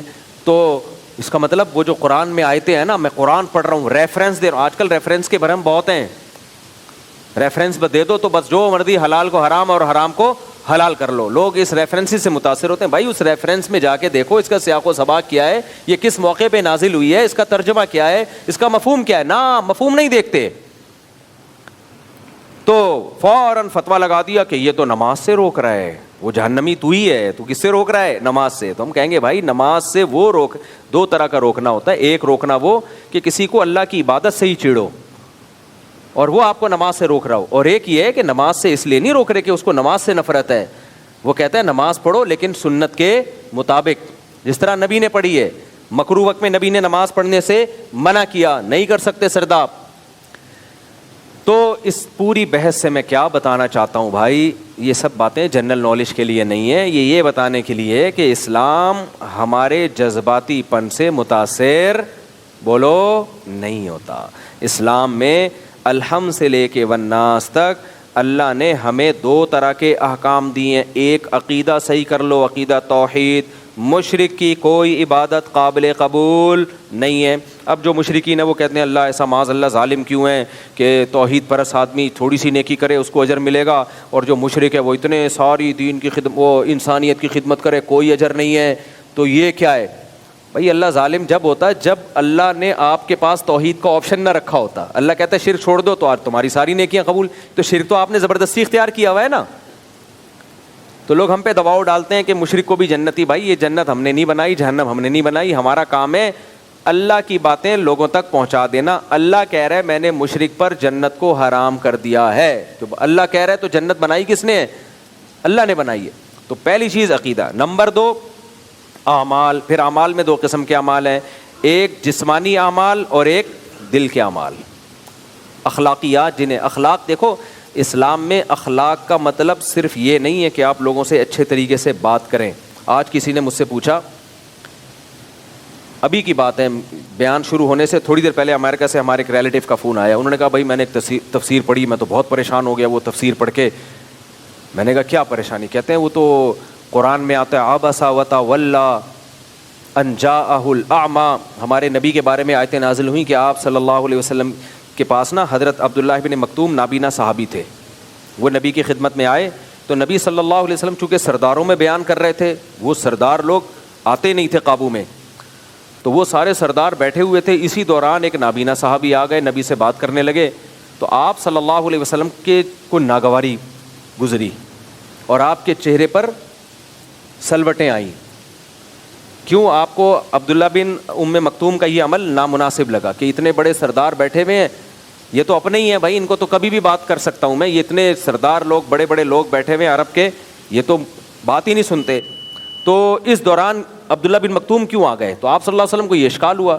تو اس کی وجہ سے آپ صلی اللہ علیہ وسلم کے چہرے پہ لکیریں آئیں, سلوٹیں آئیں, اور آپ نے اپنے چہرے مبارک کو ایسے کر کے ناراضی سے پھیر لیا. تو قرآن میں نبی کو تنبیہ کی گئی کہ نا نا نا نا, یہ جو عرب کے سردار لوگ ہیں نا, یہ آپ کی بات سننا نہیں چاہتے, ان کو ہدایت حاصل کرنے کا شوق نہیں ہے. اور عبداللہ ابن ام مکتوم غریب بھی ہیں, نابینا بھی, لیکن بھاگتے ہوئے دوڑتے ہوئے آ رہے ہیں. تو ٹھیک ہے, یہ سردار لوگوں پر محنت کرنے سے اسلام کو فائدہ تو ہوگا, کیونکہ سردار ایمان لے آئیں تو سب ایمان لے آتے ہیں. تو ان میں وجہ ترجیح یہ ہے کہ یہ سردار ہیں, ان کے ایمان لانے سے پوری قوم ایمان لانے کا امکان بڑھ جائے گا. اور عبداللہ ابن ام مکتوم سردار نہیں ہے, لیکن ایک دوسری چیز ہے, ان میں طلب نہیں ہے, اور ان میں کیا ہے, وہ سیکھنا چاہتے ہیں, یہ سیکھنا چاہتے نہیں ہیں. تو جو سیکھنا چاہتا ہے اس کو پہلے فوکس کیا جائے گا, جو سیکھنا نہیں چاہتا اس کو دوسرے نمبر پہ رکھا جائے گا. دیکھو ایک شخص میرے پاس آتا ہے اور وہ مسئلہ پوچھنا چاہتا ہے, مفتی صاحب مجھے ایک مسئلہ پوچھنا ہے کہ نماز میں یہ غلطی ہو جائے تو نماز ہو جائے گی کہ نہیں ہو جائے گی. اس کو میں نہیں بتا رہا, اور اس کو بتا رہا ہوں جو پوچھ ہی نہیں رہا, اس کی نالج کو میں امپروو کر رہا ہوں, جبکہ وہ چاہتا ہی نہیں ہے, جبکہ وہ سیکھنا ہی نہیں چاہتا. یہ اتوار کا بیان ہے, لوگ آ رہے ہیں بیان سننے کے لیے آ رہے ہیں, یہاں بیٹھے ہوئے ہیں, اور میں آپ کے سامنے بیان نہیں کر رہا, میں چلا گیا ہوں پکڑ کے باہر لوگوں کو تبلیغ کر رہا ہوں, ادھر آ یار بات سن بھائی, اپنے اخلاق درست کر لے. وہ کہہ رہے ہیں یار میں سننا ہی نہیں چاہتا. کیوں نہیں یار تو سننا نہیں چاہتا, لیکن میں چاہتا ہوں تو سیدھے راستے پہ آ جائے. تو آپ لوگ کو آپ پریشان ہو گے نا, آپ بولو گے یار ہم آئے ہیں سننے کے لیے اتنی دور دور سے, مفتی صاحب ادھر ہمیں سنا نہیں رہے ہیں, اور جو سننا نہیں چاہتا آپ اس کو سنا رہے ہیں. تو نبی کے پیش نظر تو حکمت یہ تھی کہ ٹھیک ہے یہ سننا نہیں چاہتے, لیکن یہ سیدھے راستے پہ آ گئے تو پورا مکہ ہدایت پہ آ جائے گا. لیکن اللہ نے کہا ٹھیک ہے یہ بھی ایک ترجیح ہے, اس بیس پہ بھی ترجیح دی جا سکتی ہے, لیکن اللہ کی نظر میں طلبگار کو بے طلبوں پہ ترجیح دی جائے گی. جس کے دل میں طلب ہے, جو سیکھنا چاہتا ہے, اس کو پہلے نمبر پہ رکھیں, اور جو سیکھنا نہیں چاہتا اس کو اس کے بعد رکھیں. یہ تنبیہ کی اللہ تعالیٰ نے. اب اللہ چونکہ اپنے حبیب صلی اللہ علیہ وسلم کو تنبیہ کر رہا ہے نا, تو مخاطب کے صیغے استعمال نہیں کر رہا, اے نبی آپ نے ایسا کیا, اے نبی آپ نے, نہ, اللہ نے غائب کے صیغے استعمال کیے. تھرڈ پرسن سنگولر جیسے انگلش میں ہوتا ہے نا بھائی, ہم جب گرامر پڑھتے ہیں فرسٹ پرسن سنگولر, تھرڈ پر, آج کل شاید اصطلاحات چینج ہو گئی ہو, ہی سنگولر کے لیے جو غائب ہو, تھرڈ پرسن کا مطلب جو غائب ہو, اور جو مخاطب ہو حاضر ہو اس کے لیے یو کا لفظ استعمال ہوتا ہے. تو اب خطاب تو نبی سے ہو رہا ہے, لیکن اللہ نے ڈائریکٹ نبی کو خطاب کر کے یوں نہیں کہا کہ اے نبی آپ کی پیشانی پہ بل آئے, نہ, اللہ نے فرمایا ان کی پیشانی پہ بل آ گئے اور انہوں نے اپنا چہرہ ایک نابینا سے پھیر دیا. تو اللہ تنبیہ بھی کر رہے ہیں, لیکن نبی صلی اللہ علیہ وسلم سے محبت کا اظہار بھی کر رہے ہیں, کیونکہ محبوب کو ایسے ہی تنبیہ کی جاتی ہے. اب وہ مجھے کہنے لگے, جو ہمارے ریلیٹیو جنہوں نے امریکہ سے بھی تھوڑی دیر بیان سے پہلے انہی کا فون تھا, کہنے لگے بھائی ایک تفسیر میں لکھا ہوا ہے یہ تو غلط ہے, یہ نبی کے بارے میں نہیں ہے, قرآن کی یہ آیتیں بالکل نبی کے بارے میں نہیں ہیں, یہ تو فلاں معاذ اللہ فلاں کافر کے بارے میں ہے, کیونکہ نبی کے بارے میں تو قرآن کہتا ہے انک لعلی خلق عظیم, اے نبی آپ کے اخلاق سب سے اوپر. تو جب نبی کے اخلاق اوپر ہے تو نبی کے چہرے پہ بل کیسے آ سکتے ہیں؟ نبی صلی اللہ علیہ وسلم کسی سے اپنا چہرہ پھیر کیسے سکتے ہیں؟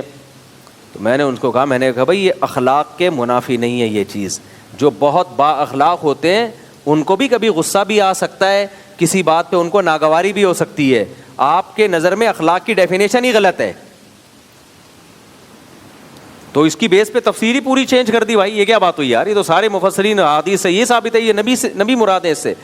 تو انک لعلی خلق عظیم کا مطلب یہ نہیں ہے کہ آپ کبھی غضبناک نہیں ہو سکتے, آپ کبھی کسی سے چہرہ نہیں پھیر سکتے. یہ اخلاق کا تو ہمارا بنایا ہوا تصور ہے. ہمارے نبی تو میدان جنگ میں تلوار لے کے بھی نکلے کہ نہیں نکلے ہیں بھائی؟ آپ تو میدان جنگ میں تلوار لے کے بھی نکلے, لڑائی کی ہے آپ نے میدان جنگ میں, اور آپ صلی اللہ علیہ وسلم نے شرعی حدود بھی نافذ کی ہیں, آپ غضبناک بھی ہوئے ہیں. آپ کے چہرہ انور غصے سے سرخ ہو جایا کرتا تھا جب آپ صلی اللہ علیہ وسلم کو غضب آتا. صحابی کہتے ہیں ایسا لگتا جیسے انار کے دانے نچوڑ دیے گئے ہوں. کسی نے آ کے آپ صلی اللہ علیہ وسلم پر اعتراض کیا نا کہ آپ نے معاذ اللہ ایک خارجی تھا, اس نے کہا آپ نے جو ہے وہ عدل نہیں کیا اس دفعہ مال غنیمت میں, آپ صلی اللہ علیہ وسلم کا چہرہ غضبناک, اور آپ نے فرمایا اگر پیغمبر عدل نہیں کرے تو کون عدل کرے گا بتاؤ. یعنی ایک طرف مجھے پیغمبر بھی کہہ رہے ہو.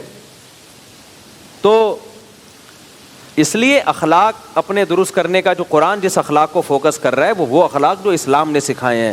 اس میں غصے کے وقت غصہ, مسکراہٹ کے وقت مسکراہٹ. نبی نے فرمایا نا بچہ جب 7 سال کا ہو جائے نماز کا حکم دو, 10 سال میں بھی نہ پڑھے تو کیا مسکراؤ؟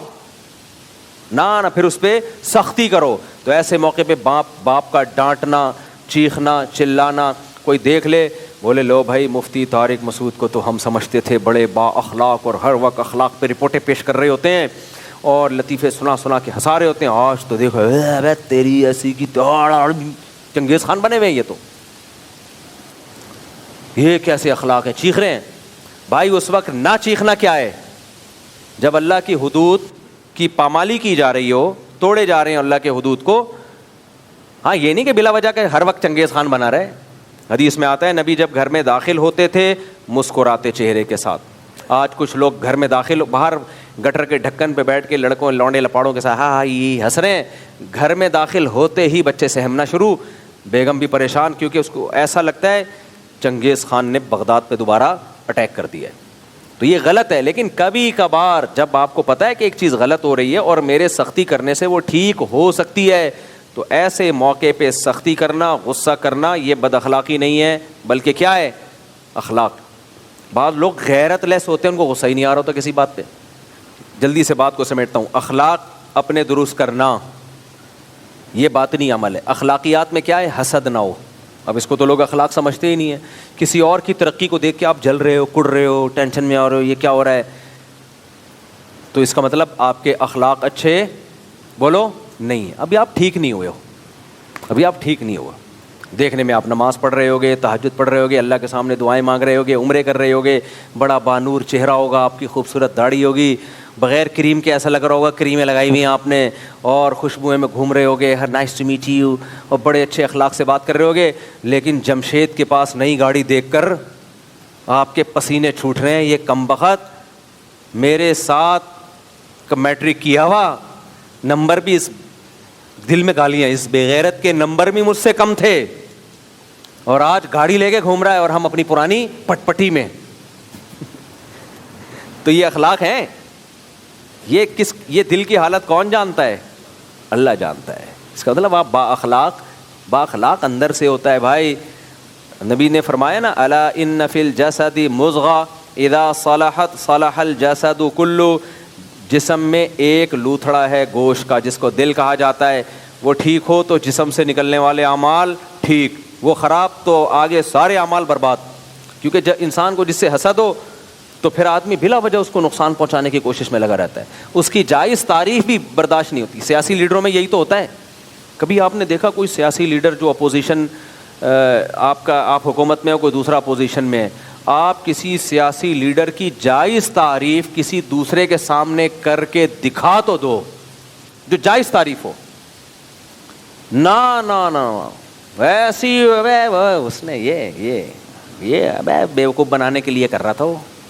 آپ کو جب کسی سے بوجھ ہو جاتا ہے نا تو اس کے ہر اچھے کام میں کیڑے نکالے جاتے ہیں.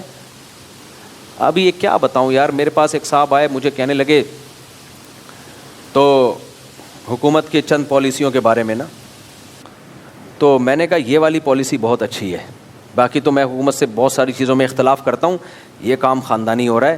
اور پھر میں نے اس کے ثبوت پیش کیے. میں نے کہا دیکھو یہ ہو گیا. کہتے ہیں اصل میں یہ کام تو کیے لیکن یہ صرف حکومت نے لوگوں کو بیوقوف بنانے کے لیے کیے. میں نے کہا یار اللہ کے بندے ہو, اگر کوئی اچھا کام کر رہا ہے, حالانکہ مجھ سے بڑا کوئی تنقید کرنے والا شاید کبھی خوشبو لگا کے آئے نا, تو جو تنقیدی کام ہے ممبر پہ بیان کرنے کے نہیں ہوتے, نجی محفلوں میں تو آدمی سب کچھ بولتا ہے. تو میں نے کہا یہ والا کام ٹائٹ کر دیا. کہہ رہے نہیں, اصل میں یہ کام ٹائٹ کیا لوگوں کو بیوقوف بنانے کے لیے تاکہ لوگ سمجھیں کہ ہم اچھے ہیں. میں نے کہا یار یہی اگر تمہارا لیڈر کر رہا ہوتا تو یہ تعویل کرتے کہ بیوقوف بنانے کے لیے. اپنے والے کے بارے میں جتنی باتیں وہ سب اخلاص پر مبنی تھیں, دل کی عطا گہرائیوں سے اس نے قوم کی خدمت کی. اور مخالف پارٹی میں کوئی اچھا کام ہے تو پبلک کو یا تو واضح قرائن ہو تو سب ٹھیک ہے مان لیں گے. تو یہ ہر جگہ ہی چل رہا ہے میرے بھائی. وہ ایک میں اکثر واقعہ سناتا ہوں. ایک خاتون سے ایک پڑوسن ملنے کے لیے آئی, بہن تمہاری بیٹی کی شادی ہوئی ہے, داماد کیسا ملا تمہیں؟ یہ چل رہا ہے سیاسی لیڈروں میں آج کل, بالکل یہ صحیح عکاسی کی ہے سوسائٹی کی. بیٹا تمہیں باجی یا بہن تمہیں داماد کیسا ملا؟ اتنا اچھا داماد ہے بہن, کیا بتاؤں, میری بیٹی 12 بجے تک پڑی ہوئی سوتی رہتی ہے, کچھ بھی نہیں کہتا اس کو. اب تو کراچی میں سب ہی 12 بجے تک, الحمدللہ. اب لطیفہ ہی کینسل ہو گیا. اب کراچی والے کہیں گے تو صحیح ہے نا, 12 بجے صبح اٹھ جاتی ہے. لوگ تو 2 بجے کراچی میں اٹھ کے ناشتہ کر رہے ہیں. ہمارے ایک دوست کو میں نے فون کیا دوپہر 2 بجے, میں نے کہا آ جاؤ, جانا. کہہ رہا میں بھی ناشتہ کر رہا ہوں. میں نے کہا جلدی نہیں ہو گیا کچھ, اتنی جلدی ناشتہ؟ ڈاکٹر صحت کے خلاف ہے بھائی, تھوڑا لیٹ کرنا چاہیے ناشتہ. تو 12 بجے تک میری بیٹی سو کے اٹھتی ہے, میرا داماد اس کو کچھ بھی, بالکل اس کی مرضی کی لائف دی ہوئی ہے اس نے. اچھا بہن تمہیں بہو بھی ملی ہے, سنا ہے اسی دن تمہارے بیٹے کی بھی شادی تھی, بہو کیسی ہے؟ اسی کمبخت 12 بجے سے پہلے اٹھتی نہیں ہے سو کے, بنوس 12 بجے تک پڑی رہتی ہے. اور میرا بیٹا بھی جورو کا غلام بن چکا ہے, اسی کے چرنوں میں بیٹھا رہتا ہے. میں کہتا ہوں اس کو اٹھا, یہ 12 بج گئے. آپ اس کو لطیفہ سمجھ رہے ہو, لیکن ہم سب کی زندگیاں اسی اصول پہ گزرتی ہیں, سمجھتے ہو؟ جس سے دشمنی اس کی ہر اچھائی بری, جس سے دوستی اس کی ہر برائی اچھی.